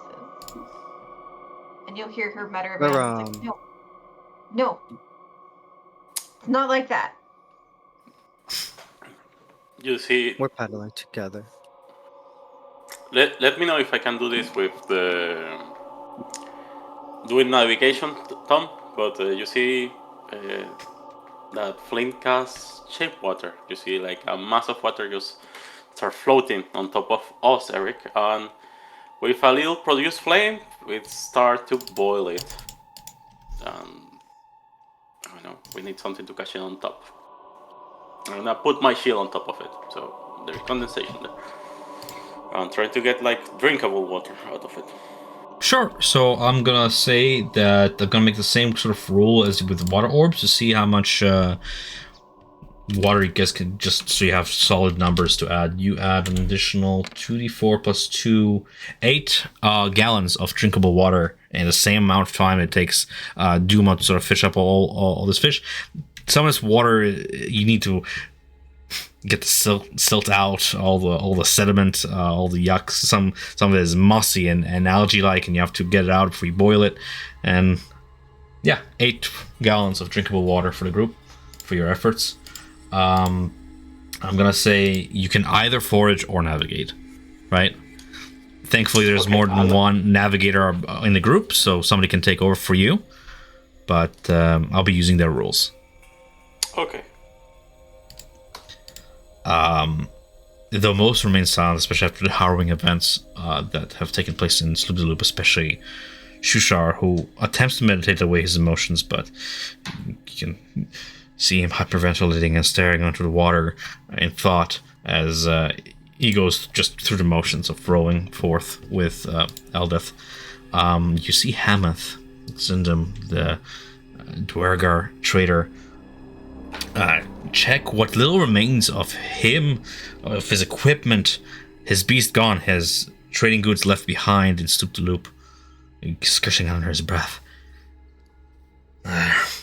I suppose I owe that much for saving my life.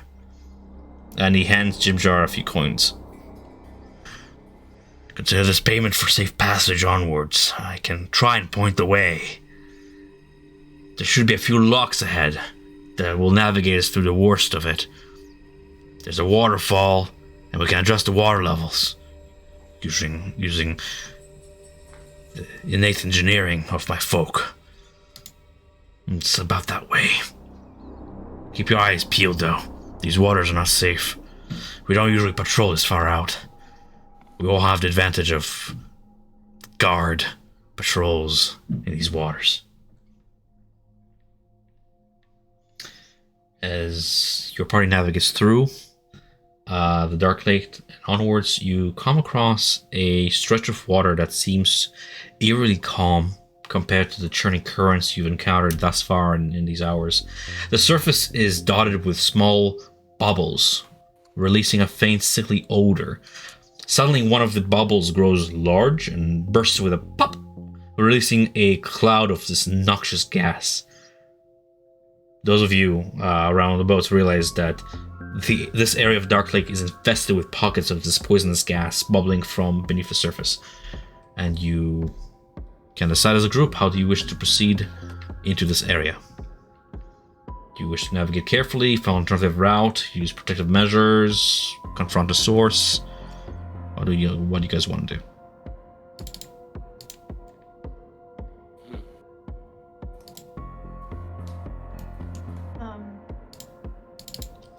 I would think just go cautiously. Maybe like if we can scavenge enough like spare material from ourselves, maybe make some little face masks. I don't know. What do you guys think?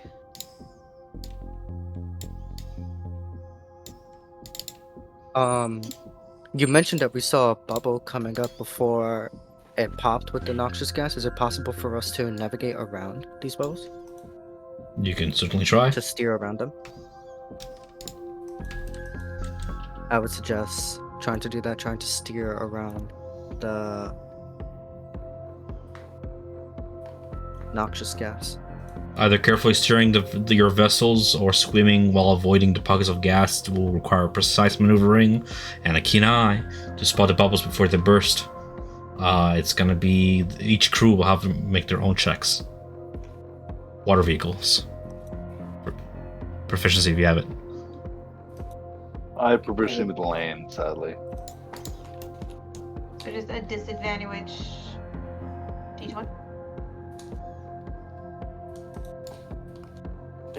What should we get to the water vehicles, Tom?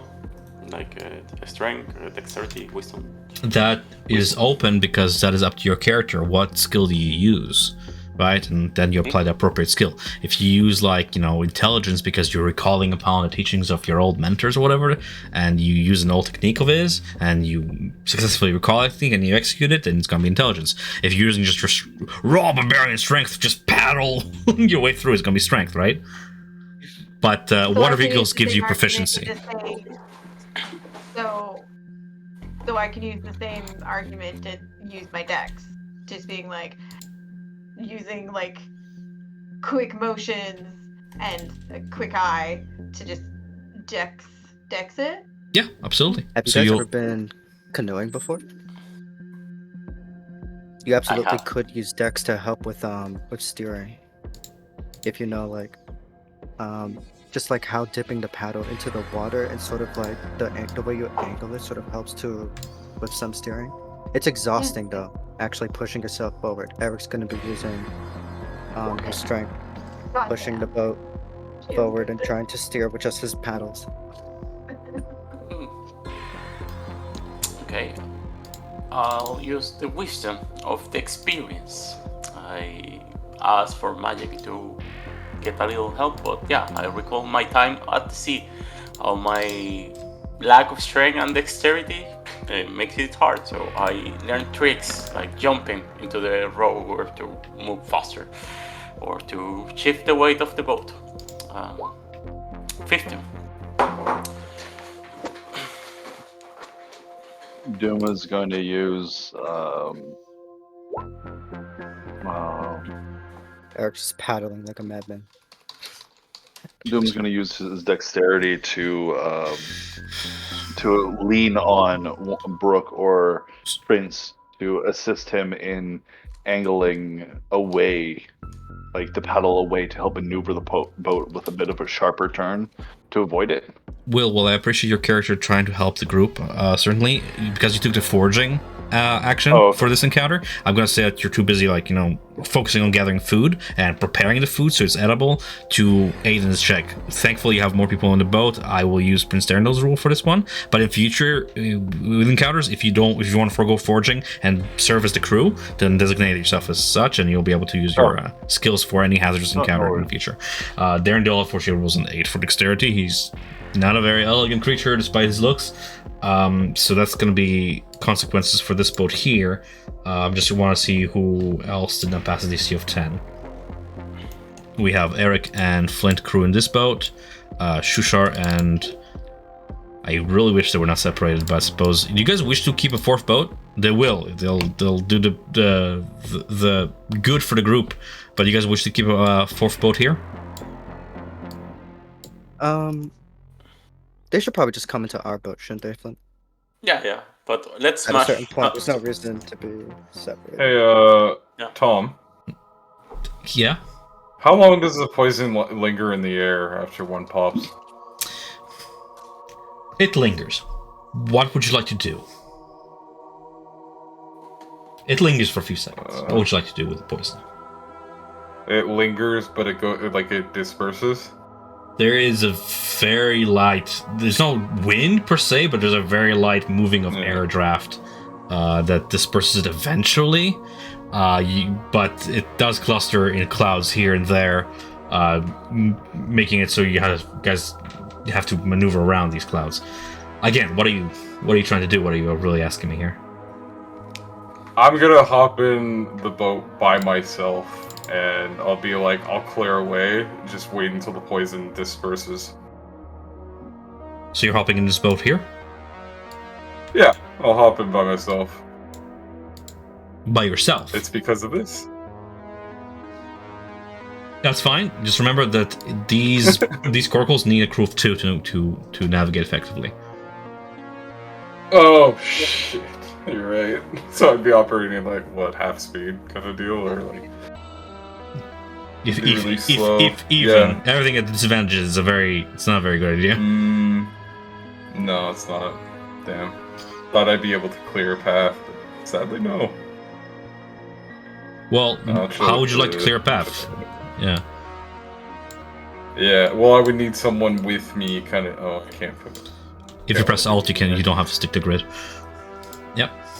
I would need someone to come along with me that could pilot it. Oh, thanks. I'll go, says Hamath. You can handle the poison? I've been through worse. Oh, it sounds good. It sounds like Hamath and I will lead the way, make sure that even if we are exposed to poison, we can survive it, so... Hamath Ksundum that takes care of one issue. Being a Dweger, Hamath is actually resistant to poison. So he'll go over to Bulgar and just make a quick switch of boats. So what's your plan then? How do you want to clear the poison head? Well, it's essentially we lead the way so that even if one pops on our direction, we kind of like make a convoy kind of deal. Like you guys follow us, and if one pops, then we stop until the poison disperses, and then we move forward again. So it doesn't sound to me like you're clearing anything. You're just holding the group up by taking point and being like, hold. Wait. I thought you had a plan. I'm sorry. Okay. All right. Well, I mean, if one pops, then they can't advance it to begin with. So yeah, yep. I'm spitballing here. Yep. You can keep rotating it around your finger. Maybe there'll be more to that plan. But you two, since you're navigating that boat, switching it about, go ahead and make me that navigation to check, if you don't mind. If you haven't already. No, I have not. What would navigation be? Like so I'm gonna say dexterity by default, unless you justify using other skills. Yeah. Yeah. 30. Right. So I think that's a pass. I'm just averaging. Yeah, it's definitely a pass. Hamath is experienced with navigating these robots, being a trader and a smuggler himself. You guys maneuver through the yet unbursted bubbles. Then we have this boat here. I'm just going to rule for the sake of fairness to see if anybody gets wounded. Dexterity from Shushar and Dimjar. Pass and pass. Oh, awesome. So nice. Unfortunately, everybody in the boat behind here, with Duma, Stool, Brook, and Prince Darendil, as one of the bubbles bursts, you take 2d4 poison damage.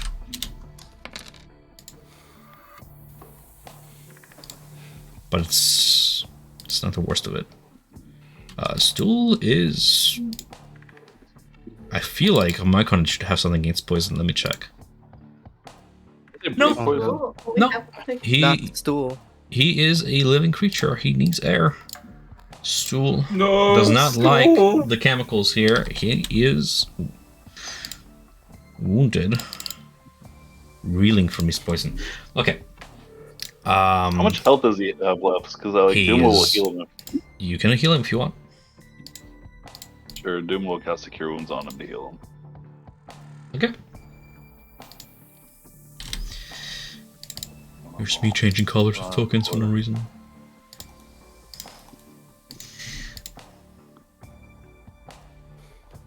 Yeah. Whoa.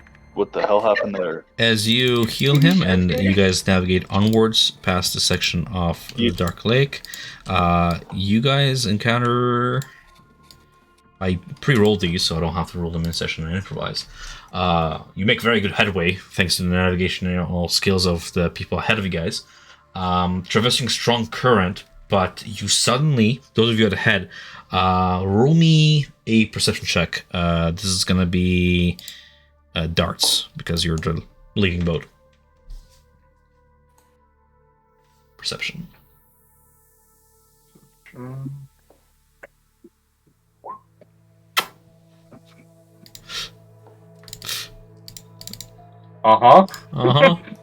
Perception is wisdom, right? Yeah. Yeah. Man, we did so good. You guys like high five, and you feel it bump your boat. Like, Something bumps your boat from beneath. Something hard shears the side of it. You feel a strong current, but you suddenly notice a large obstacle ahead. You spot stalagmite stone teeth jutting up from the bottom, some hidden just below the surface, just below the waterline. They'll tear your raft to shreds. At least you can navigate through them. Spotter's gonna make it a CE whatever perception check to notice the stones and allow the vessel's crew to attempt a DC 12 group dexterity check. If they don't pass, they can make this check. So you just take damage. Oof. Failure to notice or navigate through the stone teeth deals damage to the boat. 66 piercing. 66? Oh, Yeah. shit. Your raft takes 19 piercing damage. It's looking roughed up. the break. The two of you guys make me dexterity saving throw, please. I don't know why I'm talking to myself. It's my own NPC. Darts make me.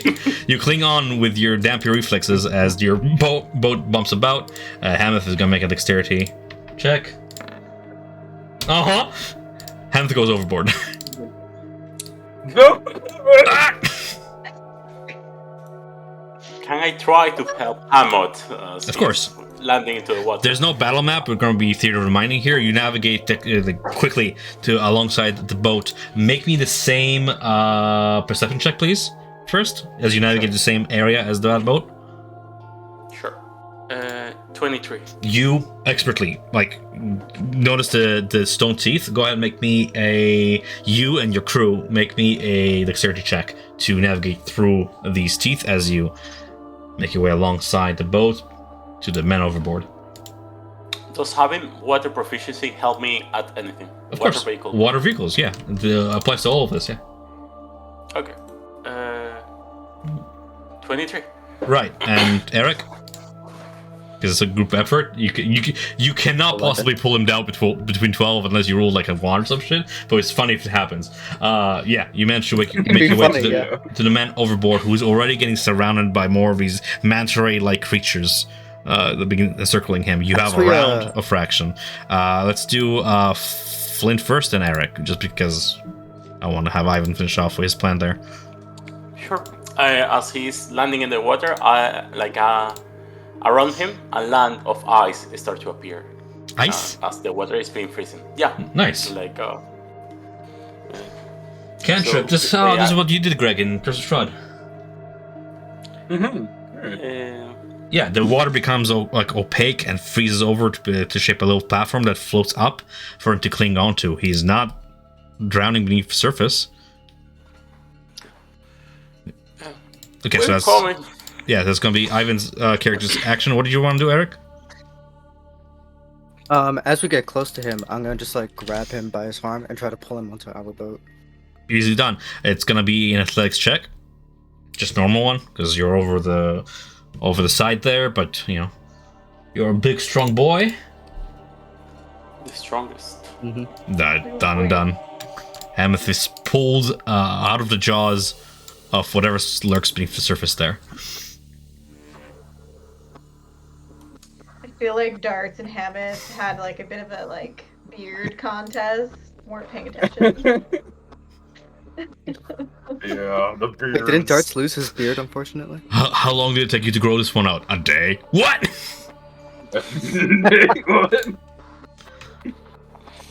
All right. As that encounter comes to pass, however you are arranging your boats, you keep going forward until you encounter one more thing here, a small island. a small island rises from the water ahead, like some giant boulder covered Hang on. in. Yeah, what's up? Sorry, I don't mean to skip ahead. What's up? Real quick, after we like save him and we're like cruising through safer waters, I imagine we'll ask if Hameth wants to get back onto Dart's boat Yeah, and sure. like escort him there. Thanks. Here we go. I'm gonna be sure to put a good word with my people when you guys arrive at Grakostu, and you'll need it. Them folks, they don't like outsiders, and I don't blame them.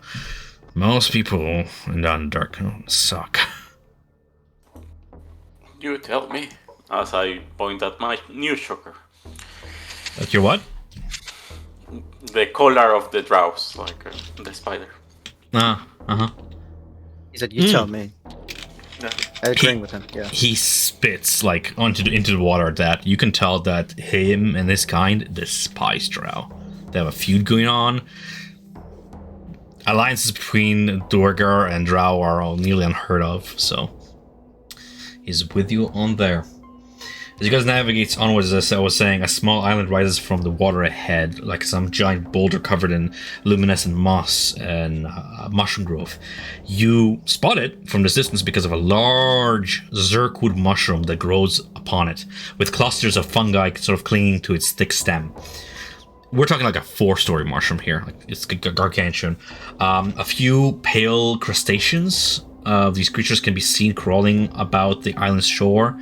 They look like albino lobsters and use sticky strands of silk to sort of shoot forth and fish for prey, occasionally reeling in these fish in a clutch, like clutching them in their like lobster-like claws. I'm sorry, I'm doing an awful job describing them. I'm going to show you what they look like. Just beneath the surface of the water surrounding the island, those of you who can peer through the murk, you can see the sunken remnants of a sprawling stone structure. Remnants of some long-lost civilization, perhaps. Stone pillars, walls, an aqueduct, everything now crumbled into ruin. This island would make for a good place for you guys to take a long rest, much between one, as you feel yourselves having made so much headway. That your muscles ache and such. You're pushing exhaustion and force march at this point. Yeah, rowing boats is exhausting. I want to rest. For 8 hours, man. Yes. Imagine. Yes, exhausting, I say, as Flint has not been rowing. It lets Eric do all the job. For the sake of context, the creatures described look like this. Oh boy. Oh. Ooh, I know that was. Do you want to share with the class? Don't touch them. Don't touch. Wait, how big are these things? They're like dog size.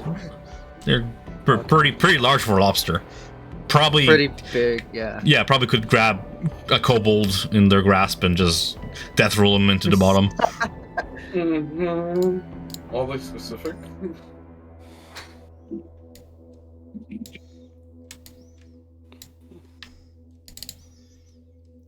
Being coastal creatures, I'm going to say that your character, Ivan, just knows of these creatures. He knows what a cave fisher is like. Found in various coves and whatnot, so... If you want to share with the group what you know off the top of your head, and I'll fill in any blanks. So it's up to you. Be careful where you put your feet if you don't want to lose it and maybe your life. They will drag you. Check for ropes or things similar to it. They're fishing. A cave fisher is a subterranean arachnid with a long snout that houses these spinnerets, enabling the creature to produce a sticky filament, much like the strands of a spider's webbing, which they use to snag prey.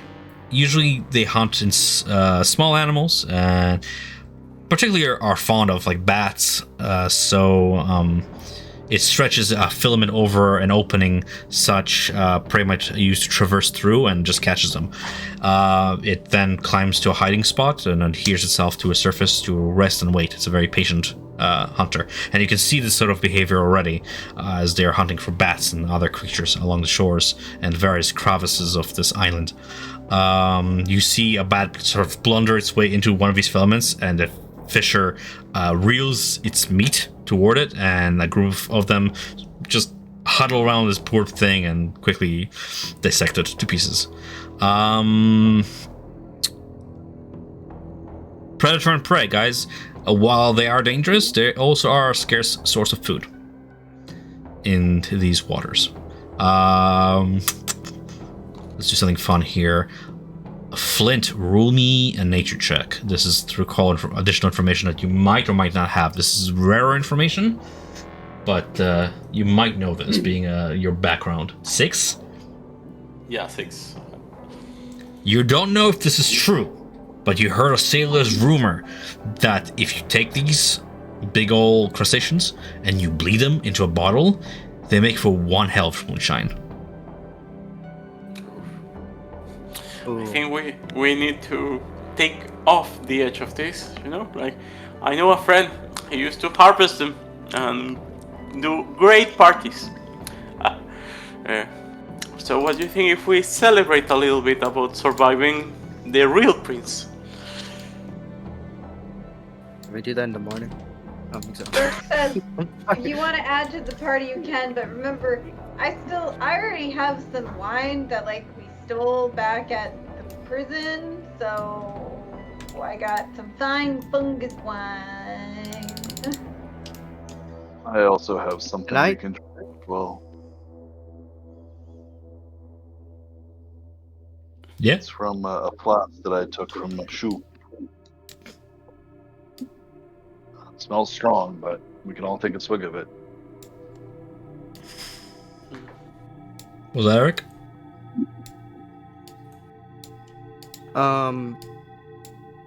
Eric will eat and drink with the group, and then afterwards, I'm wondering if I could find a zirkwood mushroom that looks at least like 10 feet tall, maybe taller, and try to climb on top of it.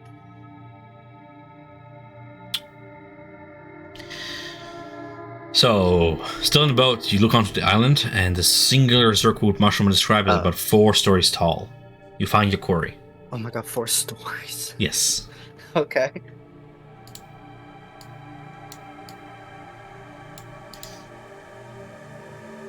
I would say that'd be a place for us to clear out. Yeah. If we finally wanted to take a real long rest, not To be floating precariously. as sad as this sounds, if you really want to pull up close enough, I could sit out here, take pot shots at them until I clear them out or make them run away. Good idea. Although, how many arrows do you have left? Like 50. Okay.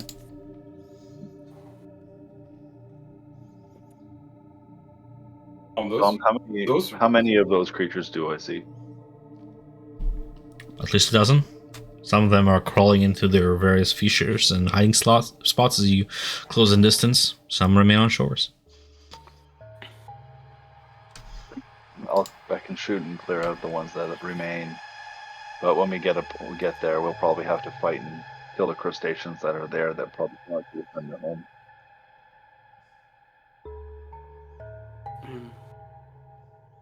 Behind the party, it will be good to harvest some of that zirkwood to repair your boat, Darth. I see that it's leaking already. A little bit hit. Okay, let's Yes, you go were lobster hit. hunting. There you go. And if it's a civilization that was here, we don't know what we might find. We might actually find something useful. We were kind of chilling here for a bit. Can I cast detect magic on that civilization underwater to see if there's any magical item below? Like ritual casted? Yeah, unless we're like going really fast, kind of. It's your call. We can stay. I'm good with spending 10 minutes, floating for 10 minutes. Okay, so you Okay. set up your ritual. Feel free to describe it, otherwise it goes off. And from where you are, rock and stone, awesome as it is, ancient as it is, you don't detect any magic from where you're standing. Which would be, I don't know, how far off are you guys from shore? You're navigating boats. I would say we'd have to at least move in 60 to 50 feet of shore for Duma to take pot shots. Right. Mm-hmm. So you're holding on to that spell for the next 10 minutes or so? Yeah. Are you? I was talking about the civilization underneath the water. Yeah. And I'm telling you that Is there from what you can anything see, what your spell stretches out towards, rock, stone, but Mhm. you're not taking any okay, magic here, yeah. Okay, we can move forward. But you're maintaining, holding onto that spell, so that's good. Duma, you were saying you were taking pot shots at these guys. Are you gonna make a attack roll, or? Yeah, I was just waiting for everything else to get solved before I start rolling things. Mm-hmm. I can assist with the pot shot, like the pot shots and whatnot, because Sure. I have no I don't need to waste ammo. Sure. Duma will start taking some pot shots. Okay. What's 27 the minus 5 would So- be 22. Would be 18 damage to one. as you damage the first one you spot there? I can get everybody. I don't know if I even should roll initiative for this. What happens is you damage it and you begin to see them scuttling away into their various crevices. If you give chase, trying to capture one of these, I'm going to roll initiative. If you're just going to let them get away into their hiding nukes, then there's no point of me rolling initiative. Well, we were trying to make them move away so we can land without a problem. Yeah, so if We your were going point to was to send just them out. scare them away, you Mhm. succeed. You disturb their hunting ground, Apparently, yes. and they scuttle into their various crevices and ambush spots to sort of wait in the shadows and get out of the sight. One of them is just trailing this silvery, semi-clear blood from the wound you have inflicted upon it. What we can always do is get ashore, step in one of their spider things to lure them out for them to attack, and then we attack them. But the shore is clear for the sake of narrative.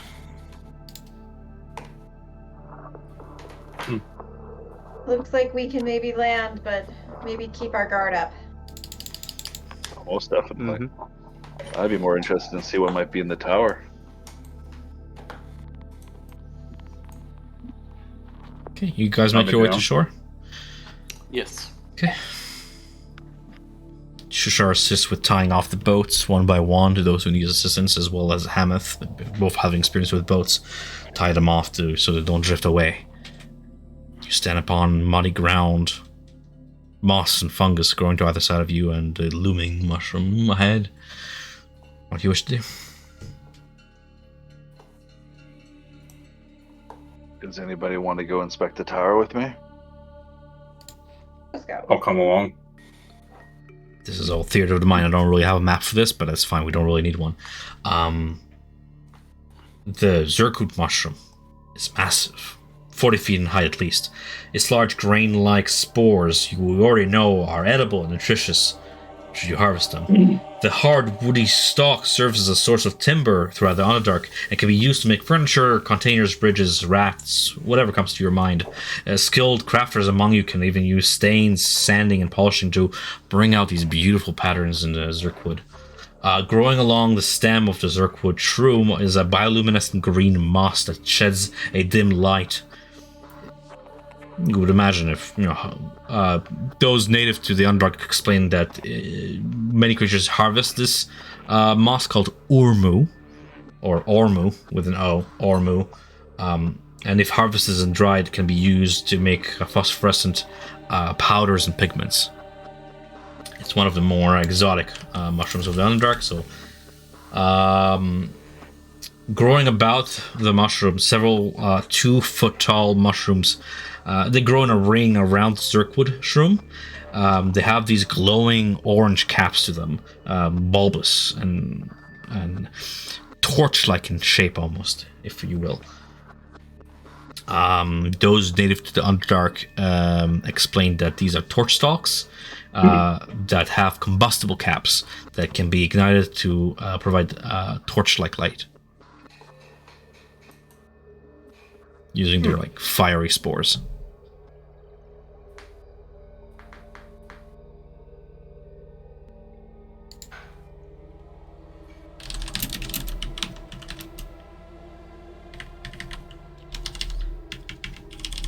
And I just want to move on with more information before you guys decide what to do with the information provided so far.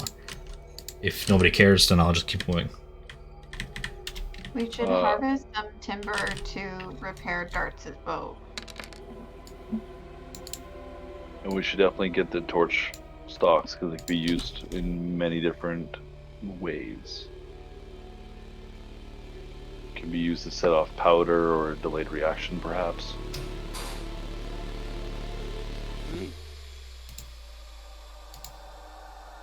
Yeah. I'll say let's harvest a few of them. Four harvestable. Add them to your inventories as you will. Okay. You note, those of you who spend some time harvesting, the ground surrounding the zirkwood mushroom is saturated with a slimy substance, causing your feet to sink slightly with each step, each one requiring effort to lift with a sucking sound. Your attention is drawn to a sizable hole carved into one side of the zirkwood. Its slimy edges extending nearly 8 feet in width and height. It appears as though something has gnawed its way through the mushroom, penetrating deeper below. Beneath the mushroom's dark expanse, you observe disturbed soil revealing bare rock that has been fashioned into steps, leading downwards into the depths below. These stairs offer a path into the unknown, beckoning some of you to explore if you're curious. Might be interested in going down there.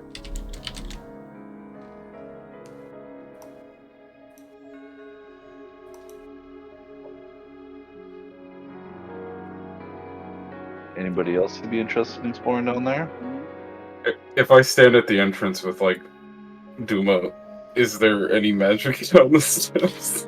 You detect the presence of phasers, that lingering arcane radiation that is very much native to the Underdark, that has given you your beard, and it seems to grow stronger down the path of the stairs.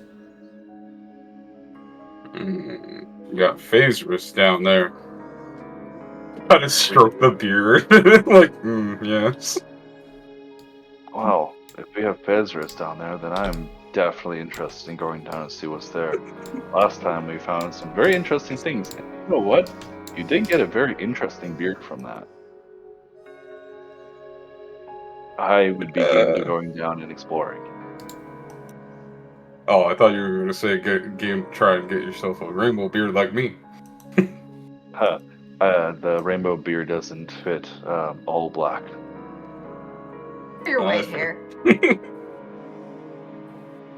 Dart specs to differ. True. Rainbow's the new black. Happy Pride Month. I would do a looks at the group. I'm going to head down and search. If anybody would like to join, be more than welcome. There's Fezris there, so just like the tomb we were in, could be something interesting down here. Burke looks down the tunnel and then looks back to you and is just like, yes, no, yes, no, it's okay. We'll go. Just give me an hour. My arms are sore right now. Just give me Well, if you can stay up here, I'm just going to explore just in the very edge, just to make sure that I have an idea when we go down then. I won't go too deep. If you say so. Linda is curious of seeing if this will have a way to expand into the city or into somewhere else. Just wants to know where the stairs lead. Mm-hmm. Eric, make me a perception check. Okay.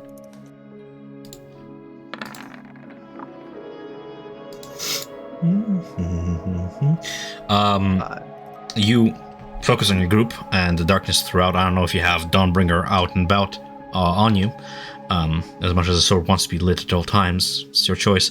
Nonetheless, where you are with I will. Mhm. Eric will indulge her and let the sword be a light, so long as it's not detrimental in the moment. Okay, so you're sort of So out in your grasp. You catch sight of something white moving quickly at the edge of your vision, and you realize that a strand of filament, a decent filament, shoots forth from the shadows of the mushroom hole cave, as one of the cave fishes sort of hidden there lashes on the filament to your the handle of your sword, and reeling and retracting the filament yanks the sword out of your hand, and you watch as the blade skids across the floor and dims into darkness as the creature picks up the hilt and scuttles into the hole. oh hell no! I'm going after it. Is this the hole Doom was right next to? It's the mushroom hole, the big gaping 8-foot. Yes. Oh crap! Eric goes running. Eric, Eric, can you see in there? I can follow my sword, Yep. chasing after it. All right, I guess we're all going, guys. Let's go. Duma quickly follows. Better For the make sword. sure he comes out in one piece. Brooke follows. Does anybody stay behind for any reason? No. As We you live together, we die together. right, that's the spirit. As you descend, Ride or die. chasing Right. chasing the lingering light of the sword down the steps, you descend down the hewn steps beneath the circled mushroom, and you feel a sense of trepidation. Suddenly, without warning, the ground beneath your feet shudders violently with a jerk, sending a shockwave rippling through the earth. A lot of you lose balance as the ground collapses beneath you, sending you tumbling downwards through the rubble. With a deafening roar, the tunnel collapses behind you, sending cascading rock and debris crushing down, blocking your path of retreat. Can I have everybody in the group here? Can I cast Featherfall? Yeah, the reaction for sure. I'm gonna give on yourself. Yeah. Like on anyone, everyone who's near me. So It is a concentration spell, though. It will disrupt your other concentration spell, I think. Oh, yeah, yes. Oh wait, The choice is yours. no, it isn't. Featherfall It isn't. is not? Good to know. It is not. Yeah. Yeah, duration 1 minute. Alright. Cool. So, as a reaction, you describe your spell. I'm not describing your spells for you. I kind of like clap my hands together and kind of like. Oh wait, no, it's gotta be like an artificer thing. So what would like a tech be? I guess it's like a little timepiece that I would have, almost like a wristwatch. Time. Or sorry, not a pocket watch, kind of. Yeah, appropriate. Kind of like it slows down time, quote unquote, but it's just for particular people on the falling. So I kind of click it. Yeah. That's As, what I'm thinking of. That's as a wave of magic ripples outwards, roll me a d100. You know Yay, it. stage right. Magic table.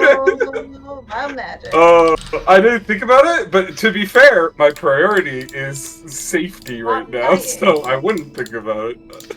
You roll D100. You Dude. sneeze due to phasers. No! You grow I a grow bigger beard! Yeah, I was literally thinking that. I was like, grow a bigger beard. Okay, so as everybody makes me Ooh. that dexterity saving throw at advantage because of a featherfall spell, to featherfall your way through the tumbling rock, it's a DC 13 dexterity saving throw with advantage. Darts, you rolled a 63, my friend. Is it beard?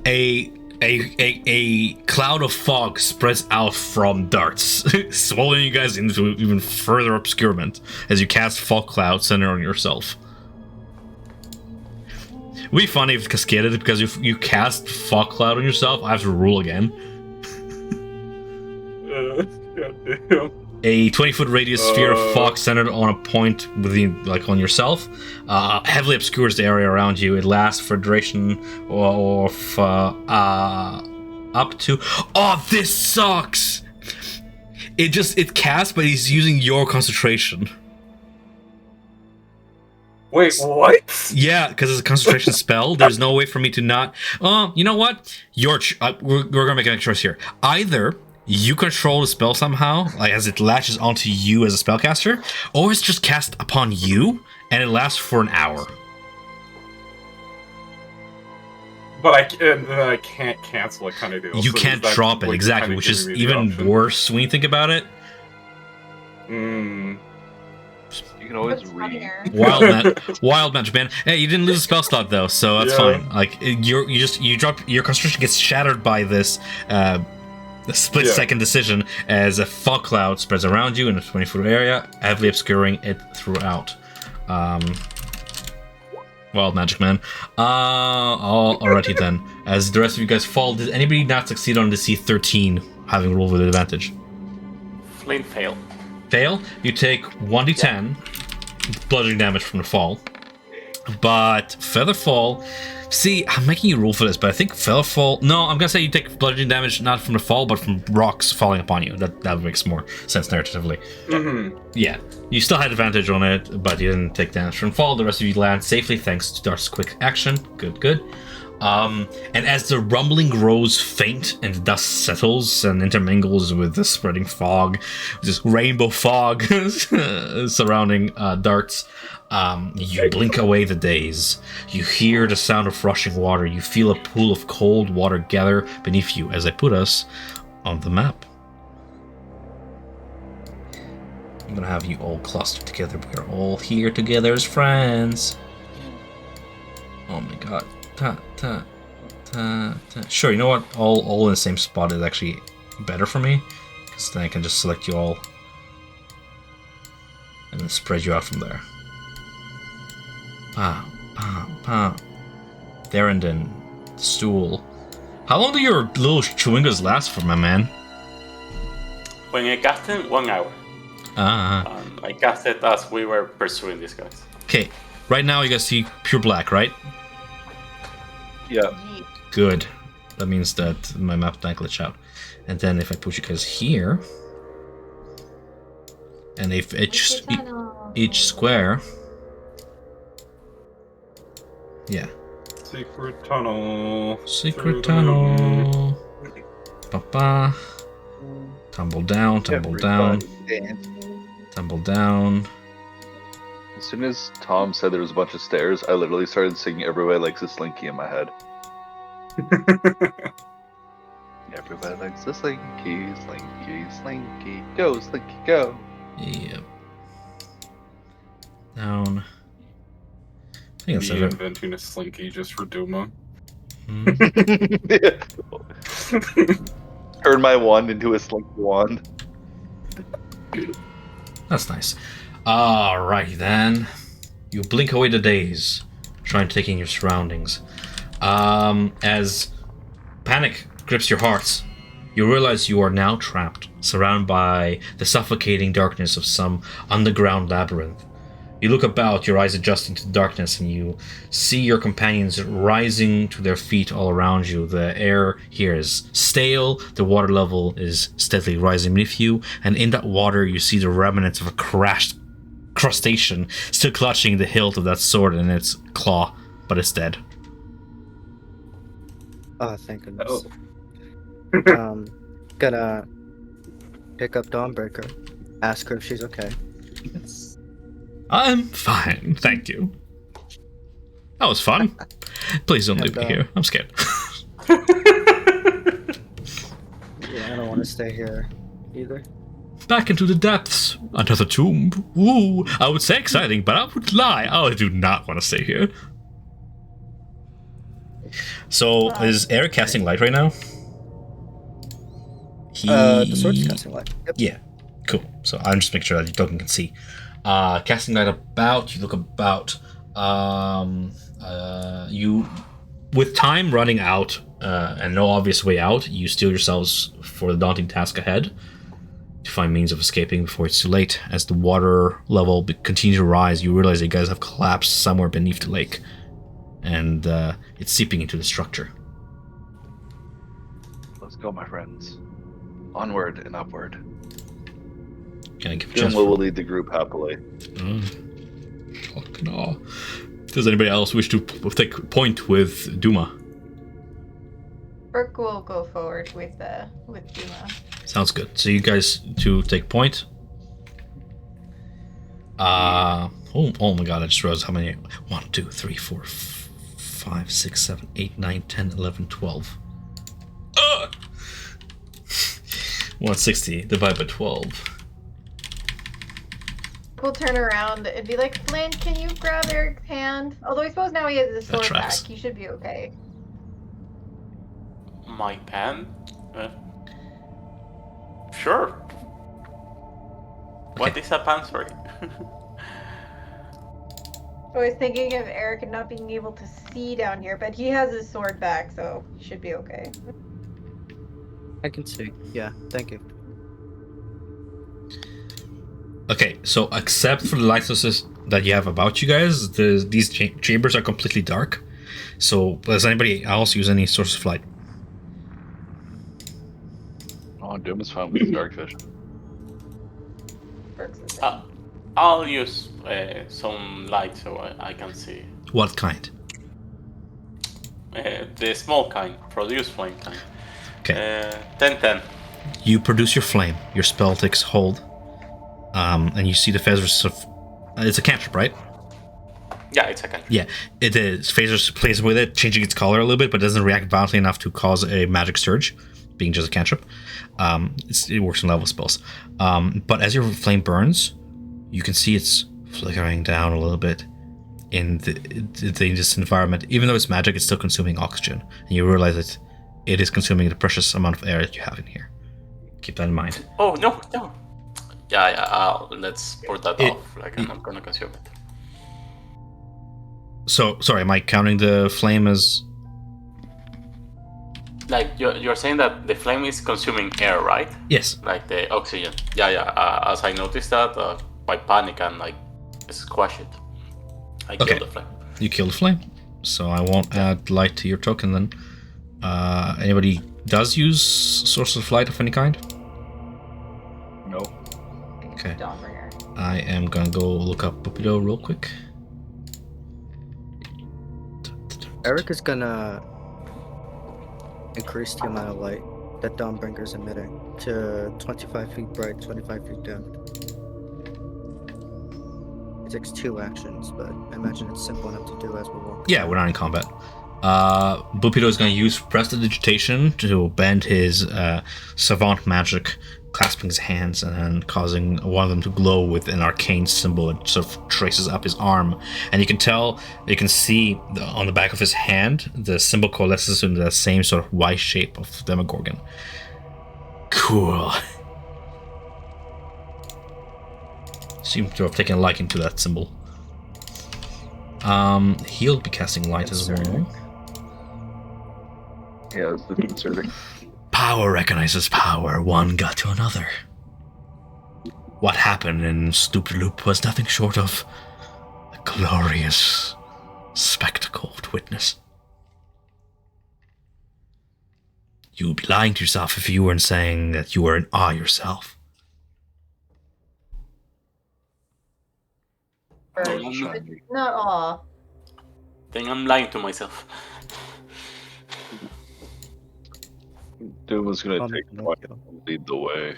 Feign indifference, if you will. So that's air dealt with. Water. Running down. I need to see. What is? Okay. The path ahead branches in 2 directions. Which way do you head? Doom says there's 2 branches. This is not a bad idea for us to kind of split up both ways to see which way leads.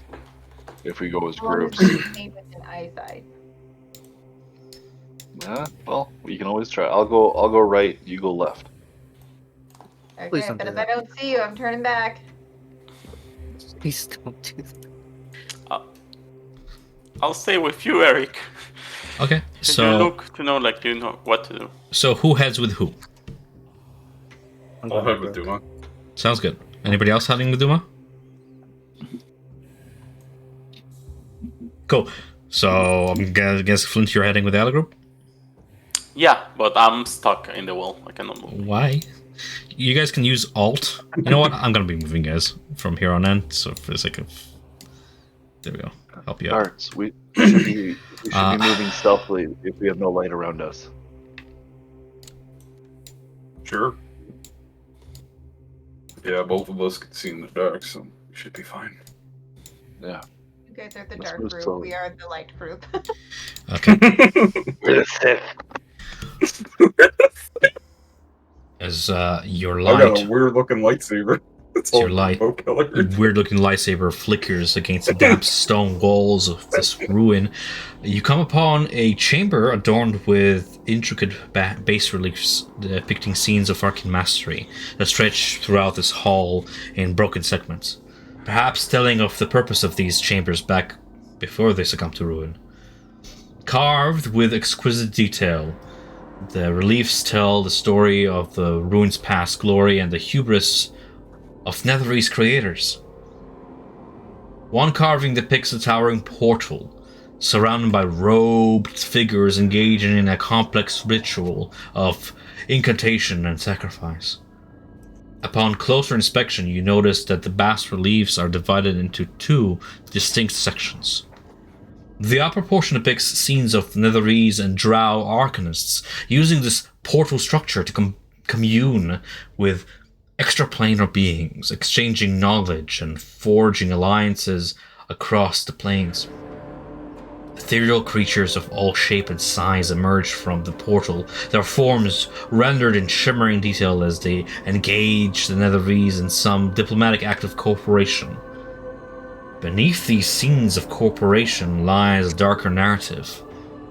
The lower portion of the bas relief portrays the consequences of the Netherese hubris, as the portal's powers attracted malevolent forces from beyond. A drow ritualist kneels before the portal, arms raised in reverence, as demonic entities, twisted aberrations, and eldritch horrors pour forth from the gateway, wreaking havoc on this temple and consuming its inhabitants. Desperate battles unfold as the Netherese struggle to contain this interplanar incursion, their once proud civilization brought to the brink of collapse by their insatiable thirst for knowledge and power. The last of these pictographs depicts circles of Netherese mages focusing their magic upon a looming interdimensional portal structure, shattering it, and releasing forth a shimmering nova of high magic radiation that looks eerily similar to Phasris.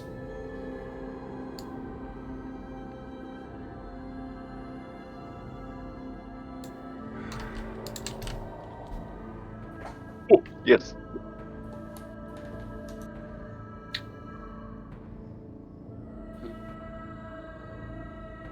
From the cracks in the ceiling above, a viscous grey substance pours forth, its movement unnaturally fluid and menacing. This grey ooze, a shapeless, shifting mass, drips downwards with a sickening squelch. Its surface glistens with a slick sheen, reflecting the faint light with an eerie, almost hypnotic allure. It senses you and moves to attack. Can I get the group to roll me initiative, please? By group, you mean the three of us? All of you. Hey, Darts, how do you think the other people are doing right now? Probably fine. All we hear is like ear-piercing screams or something.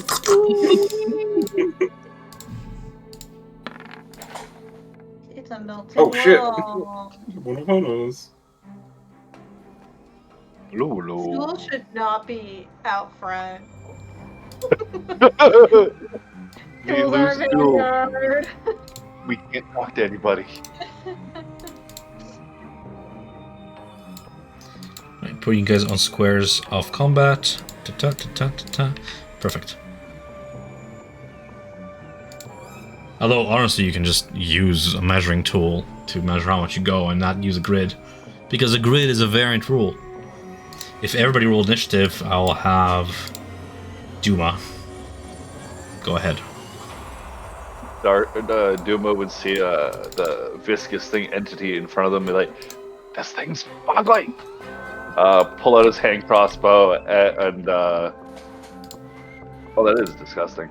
Will literally bonus action cast Hunter's Mark on it, so he's able to figure out where it is, and will pop out and use Sharpshooter at a close range. I'm going to roll with advantage, not knowing if he can see me or not. So you can tell me if he can or can't, or if it's a miss or hit. Be a nat 20 if it's advantage, otherwise it is. The 6. creature can detect your presence. Okay, so it's a miss. And It does not have eyes, but it has other senses. it was like, shit, I missed. Make me a, because you're of the Underdark, make me a either nature or arcana check, your call. Oh, nature arcana. Well, both suck, but I'll just do arcana. Sure. 2. It can detect you somehow. This sucks. Oh my god. Yeah. Okay. Man, darts, I don't know what this thing is. I don't know how I missed it at this range, but be careful. Your turn. Take a step back.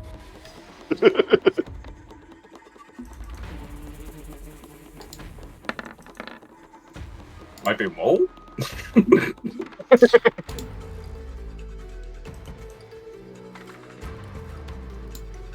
If that's the end of your turn, it's Flint's then. Flint, Yeah. your passive perception, is it lower than 16? Let me check. 15. So yeah. 15? So you cannot tell where this creature begins and where it ends, sort of melding with the wall. Your attacks have disadvantage on it for the first round. It's not an ambush, you're not surprised, but it's just you can't tell what part of it is like vital, organs, center, mass, whatever. It's just all melded into the brickstone. I'm confused.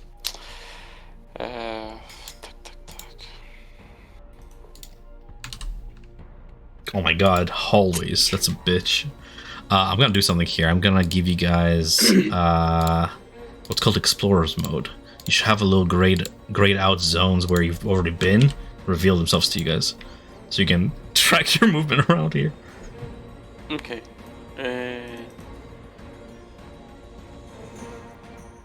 I got Flint. We need better spells.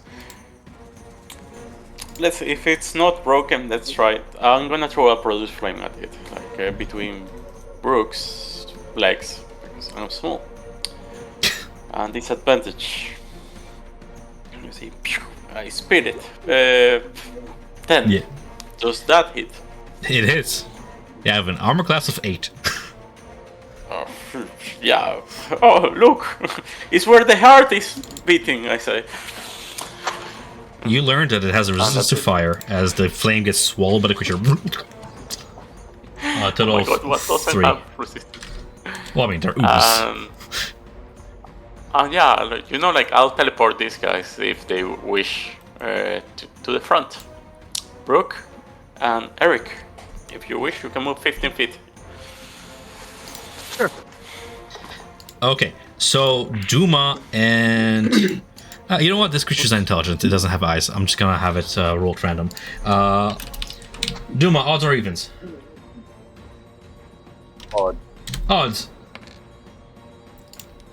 Woo! Winner Ganyo. We have it descend upon darts then, as it squelches at 10 feet movement per round out of the walls, squelches onto the ground into the rising water, and sort of undulates toward darts there as it begin to sort of climb on the angle of the wall, and a pseudopod tentacle grows out of the center mass and lashes at the vampire for a natural one. That makes sense. They're fucking oozes.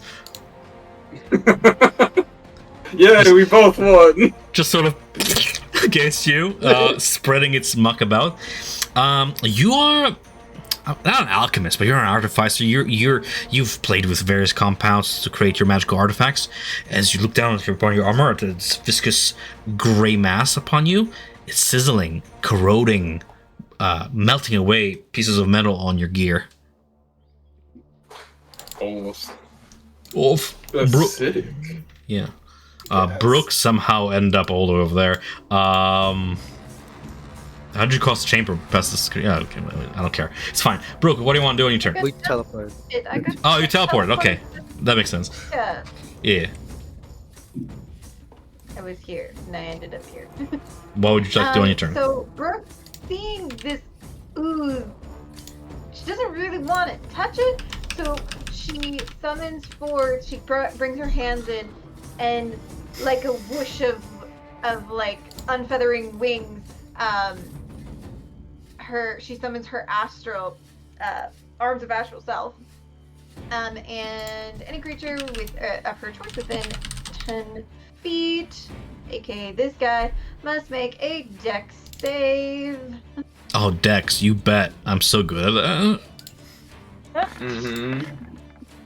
It's like his armor class. Oh, I'm whispering my rolls. I rolled 5, but I'm gonna stop whispering now. Cool. He fails. He takes 2d4 force damage. Force. I'm not immune to that. 3 force damage. Bloop. And then she will just continue. She will just go to attack at disadvantage because it disadvantage. And with her astral arms, her unarmored strikes have an additional 5 feet reach. And use her wisdom modifier instead of dex. Yeah. Yay. Disadvantage because you're attacking with disadvantage. because it's essentially melding with the water and they're pulling around it. It's one with the stone. It looks like an oily pool or a wet rock. It's hard to tell where it begins or ends until the round ends. I'm not giving it surprise on you guys, but I am giving it its trait of false appearance versus your passive perception. So 14? A 14 strikes, yeah. They have an AC of 8. Eric, give me... Lauren, give me something. I have...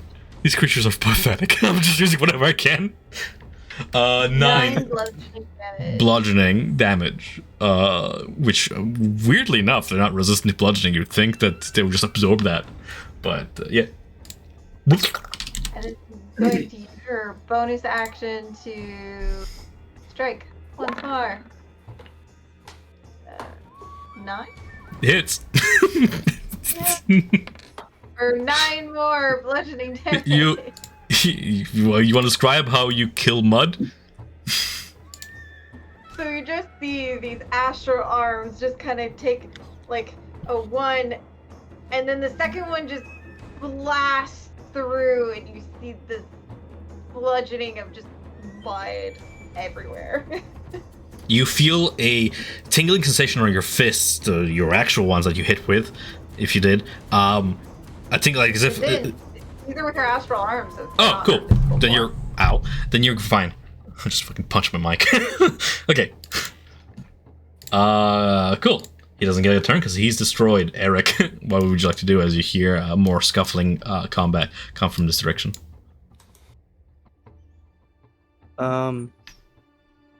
I compliment Brooke on those punches. Say, wow, you really splattered him. Just give him the old 1-2. Bop bop. Good job. Just through this whole thing, I've been trying to hone my skills. I didn't stay at the monastery very long, but I keep practicing. Let's be careful. So we're lucky that this thing came out of the wall before one of us was standing right next to it. True. I feel like one of us should go check on Duma and Darts. Yeah, I'm sure they're fine. Or this way then? He's invisible. He'll be fine. Okay, let's just keep moving this way then.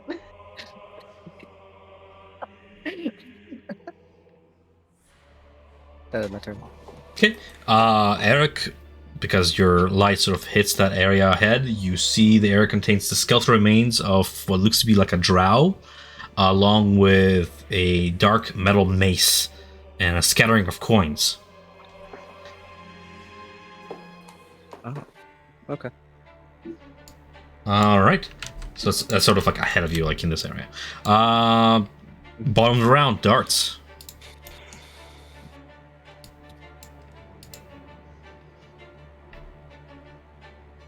Greg. My man. Either.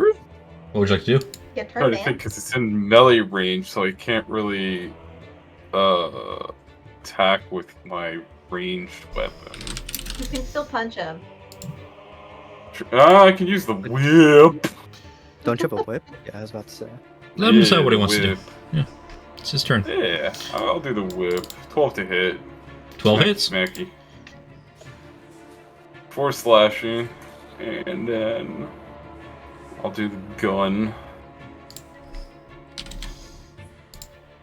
That hits. Your gun does not require ammo, right? Self-reloading? It does not, yeah. Yeah, it's like arcane bullets. Okay, cool.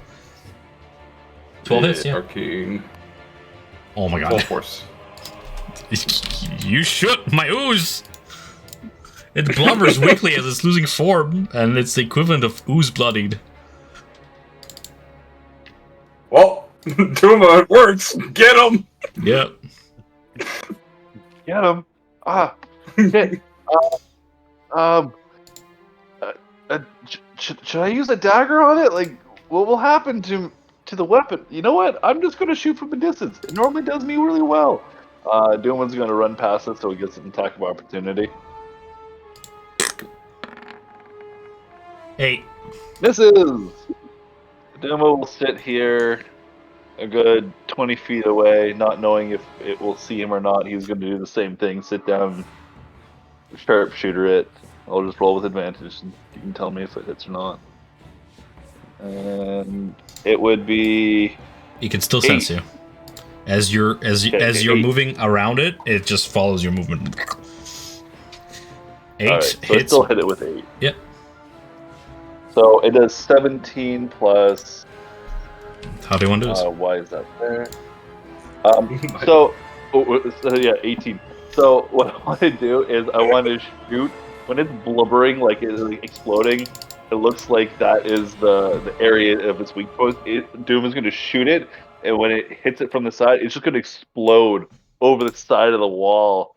And when it explodes, Doom is looking at darts. It's like, I think your feathery beard made it a little nervous as it explodes along the wall. You have vanquished my mighty foe. My beard had nothing to do with this. Hey, darts. It's a little dark over here. Like, I don't see any way out here over here. It just looks like a dead end. It is. You want to go back to see how the others are doing? See if they spot anything gray? Yeah, we could. Alright, At least let's we go know back this with is you. empty. Yeah, Uh, we're gonna move back to the rest of the group. sounds good. Flint, you feel somebody touch your shoulder. Hey, Don't be like that. The wall just attacked me. I bet I scared you. Let's go. You bet, right? Delving, delving, delving. He keeps like singing to himself. All right. As you lot proceed onwards, who entered the room first? Brooke. Hold up, guys. Just who entered the room? Brooke? Cool. Brooke, roll me. Brooke and Eric, because you're both with light and you're perceiving, you're investigating the head of the group there. Go ahead and roll me perception checks if you don't mind. As you're investigating further into the chambers. Boom, boom, boom, boom, boom, boom, boom, boom, boom, boom, boom. Her passive is 15. That makes a difference.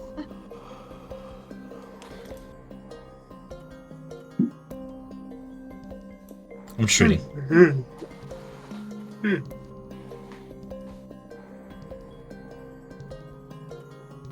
Cool. So, and what's your passive, Eric? Because it's probably higher than 11. 10. 10? No, it's not. Alright, fair enough.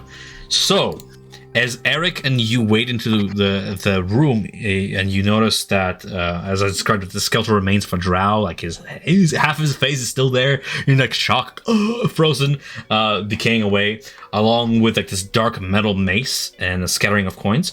Brooke, you notice that these items appear to hover above the stone floor. And then you notice Eric just sort of in space. Gets absorbed by something semi-transparent as the air itself wobbles a little bit. And you then see a pair of eyes sort of blink into existence above Eric and peer down. It's like, oh, I'm sorry there, buddy. You gotta watch where you're going, buddy. And just the gelatinous cube, speaking for some reason, spits out Eric in front of you. This one's nice. Oh, I like this one.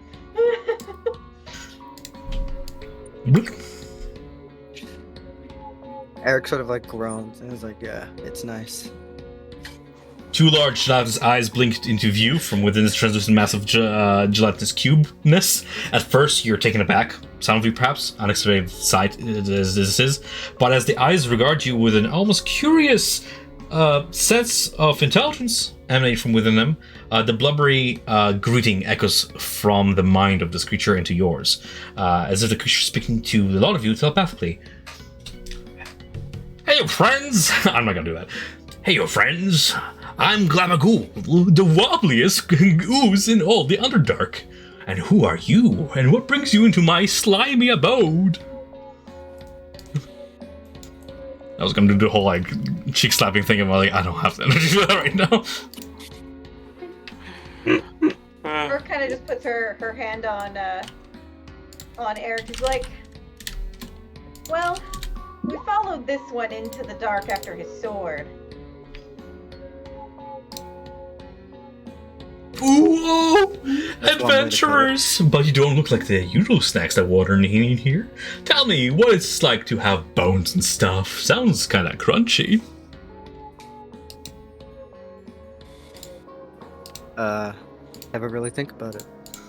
They're kind of just there. I kind of think about it all the time. See, I don't have any. Oh, I have some in me right now, but that's not mine. It only tastes crunchy if you break them, and that hurts. So, for you, in a way, it's probably for the best. What is pain like? It's okay. You don't want pain. Pain bad. Well, I'm just about the friendliest blob that you'll meet here. I'd love to chat about life, love, and all things squishy, but you lot look like you're in a hurry. We are. But, why are you able to talk? Oh, it's all thanks to the Faceless One. What with demon incursions and whatnot, giving us sentience, you know how it is. The Faceless One? Who's that? Oh, Jubilix, Lord of Slime. What? Jubilix? Jubilix, Lord of Slime.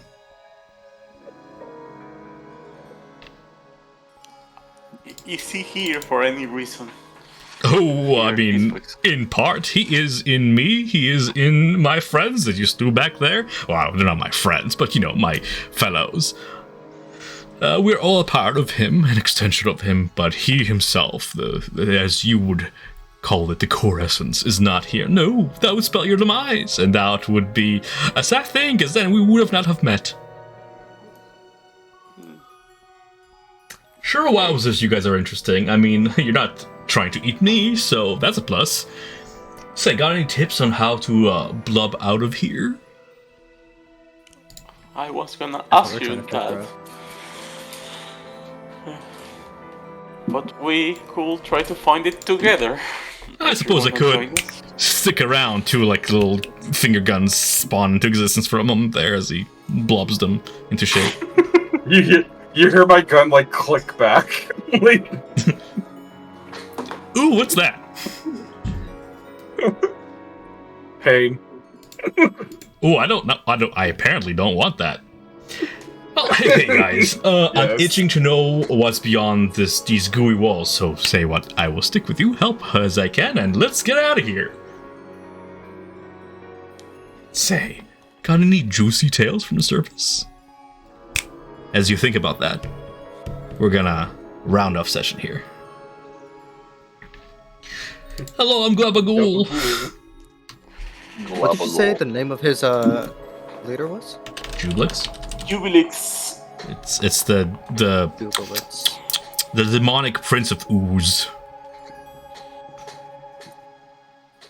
creator of all ooze, the oozy one, Daddy Nurgle, if you will. Yeah. Daddy Nurgle. Does anybody attack Glabagul? Like, do I need to like make him a stat block for next session, or? Yeah. He's too friendly. He's too nice and happy and gentle. And if he wasn't a slime, you'd want to hug him. I mean, Eric already did. Even then, I bet you Darts wants to try. That tickled. Eric went into him. That wasn't a hug. He was absorbed. Face to face with a drow skull inside him. Oh, that's a funny thing to do. Just have him stand still and have him like animate the skull to emote for him. Is there a mace inside the thing right now? Anything else? I must have missed it. A mace and no. A dark metal mace, Coins. scattering of coins, skeleton remains for drow. Well, we can always ask Glabagul if we can have the mace later. You'll have to earn my trust first.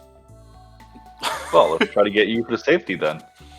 To get you out of here, we have to go the north, the way that you were in front. Sounds like a way bet. Jim just says, hell yeah. I don't know.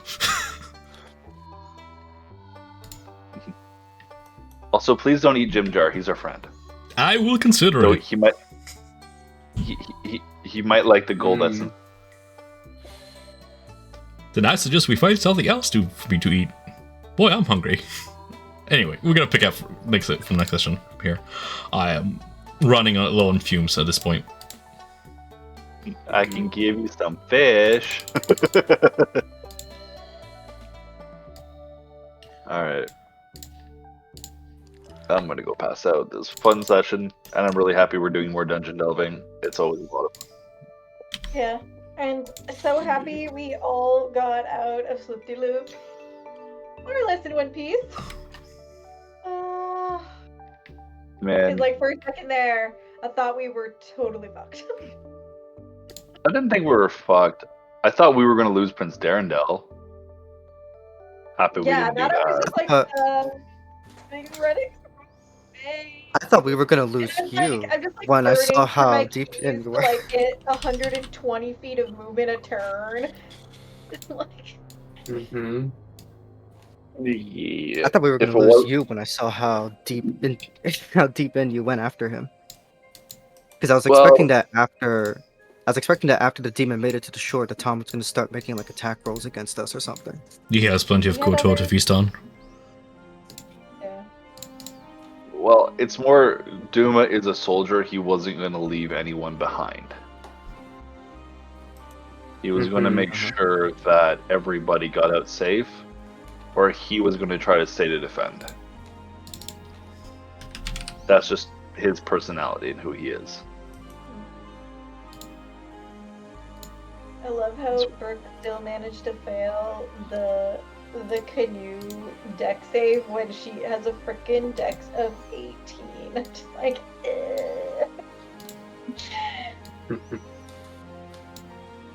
And I don't know how I missed the shot even with my -5 on that, because I have +9 to every time I shoot now. So it was a little... Initiative is also 9. I'm like, damn, man. He's a fast boy. Yeah, because Gloomstalkers can add their wisdom to the initiative. Oh, nice. So just So kind of like how like my AC is busted, your initiative is busted. my dex is 20 now, and my wisdom is 18.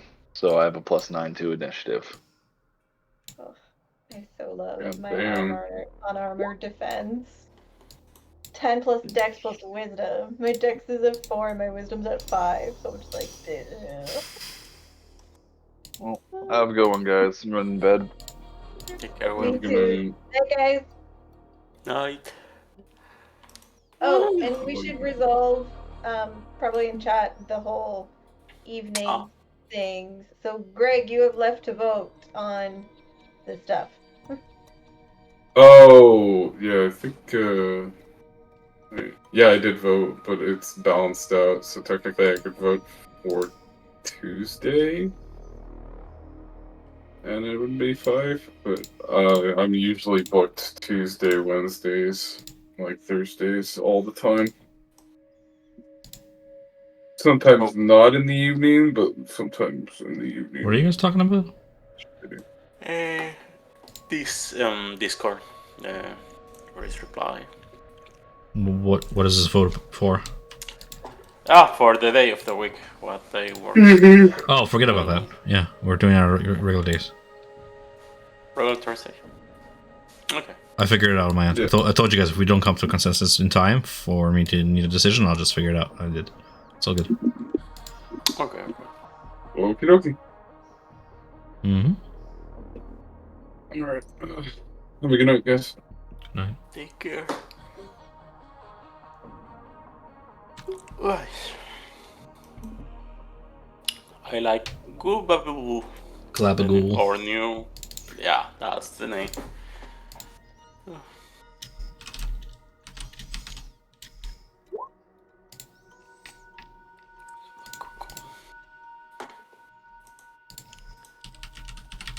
Or sorry, it has come to name it, call itself. It's not like it Yeah, was born I with a name. Yeah. I was thinking like if we do the shot next week, I may still glove a Google. Make it like a plasmoid.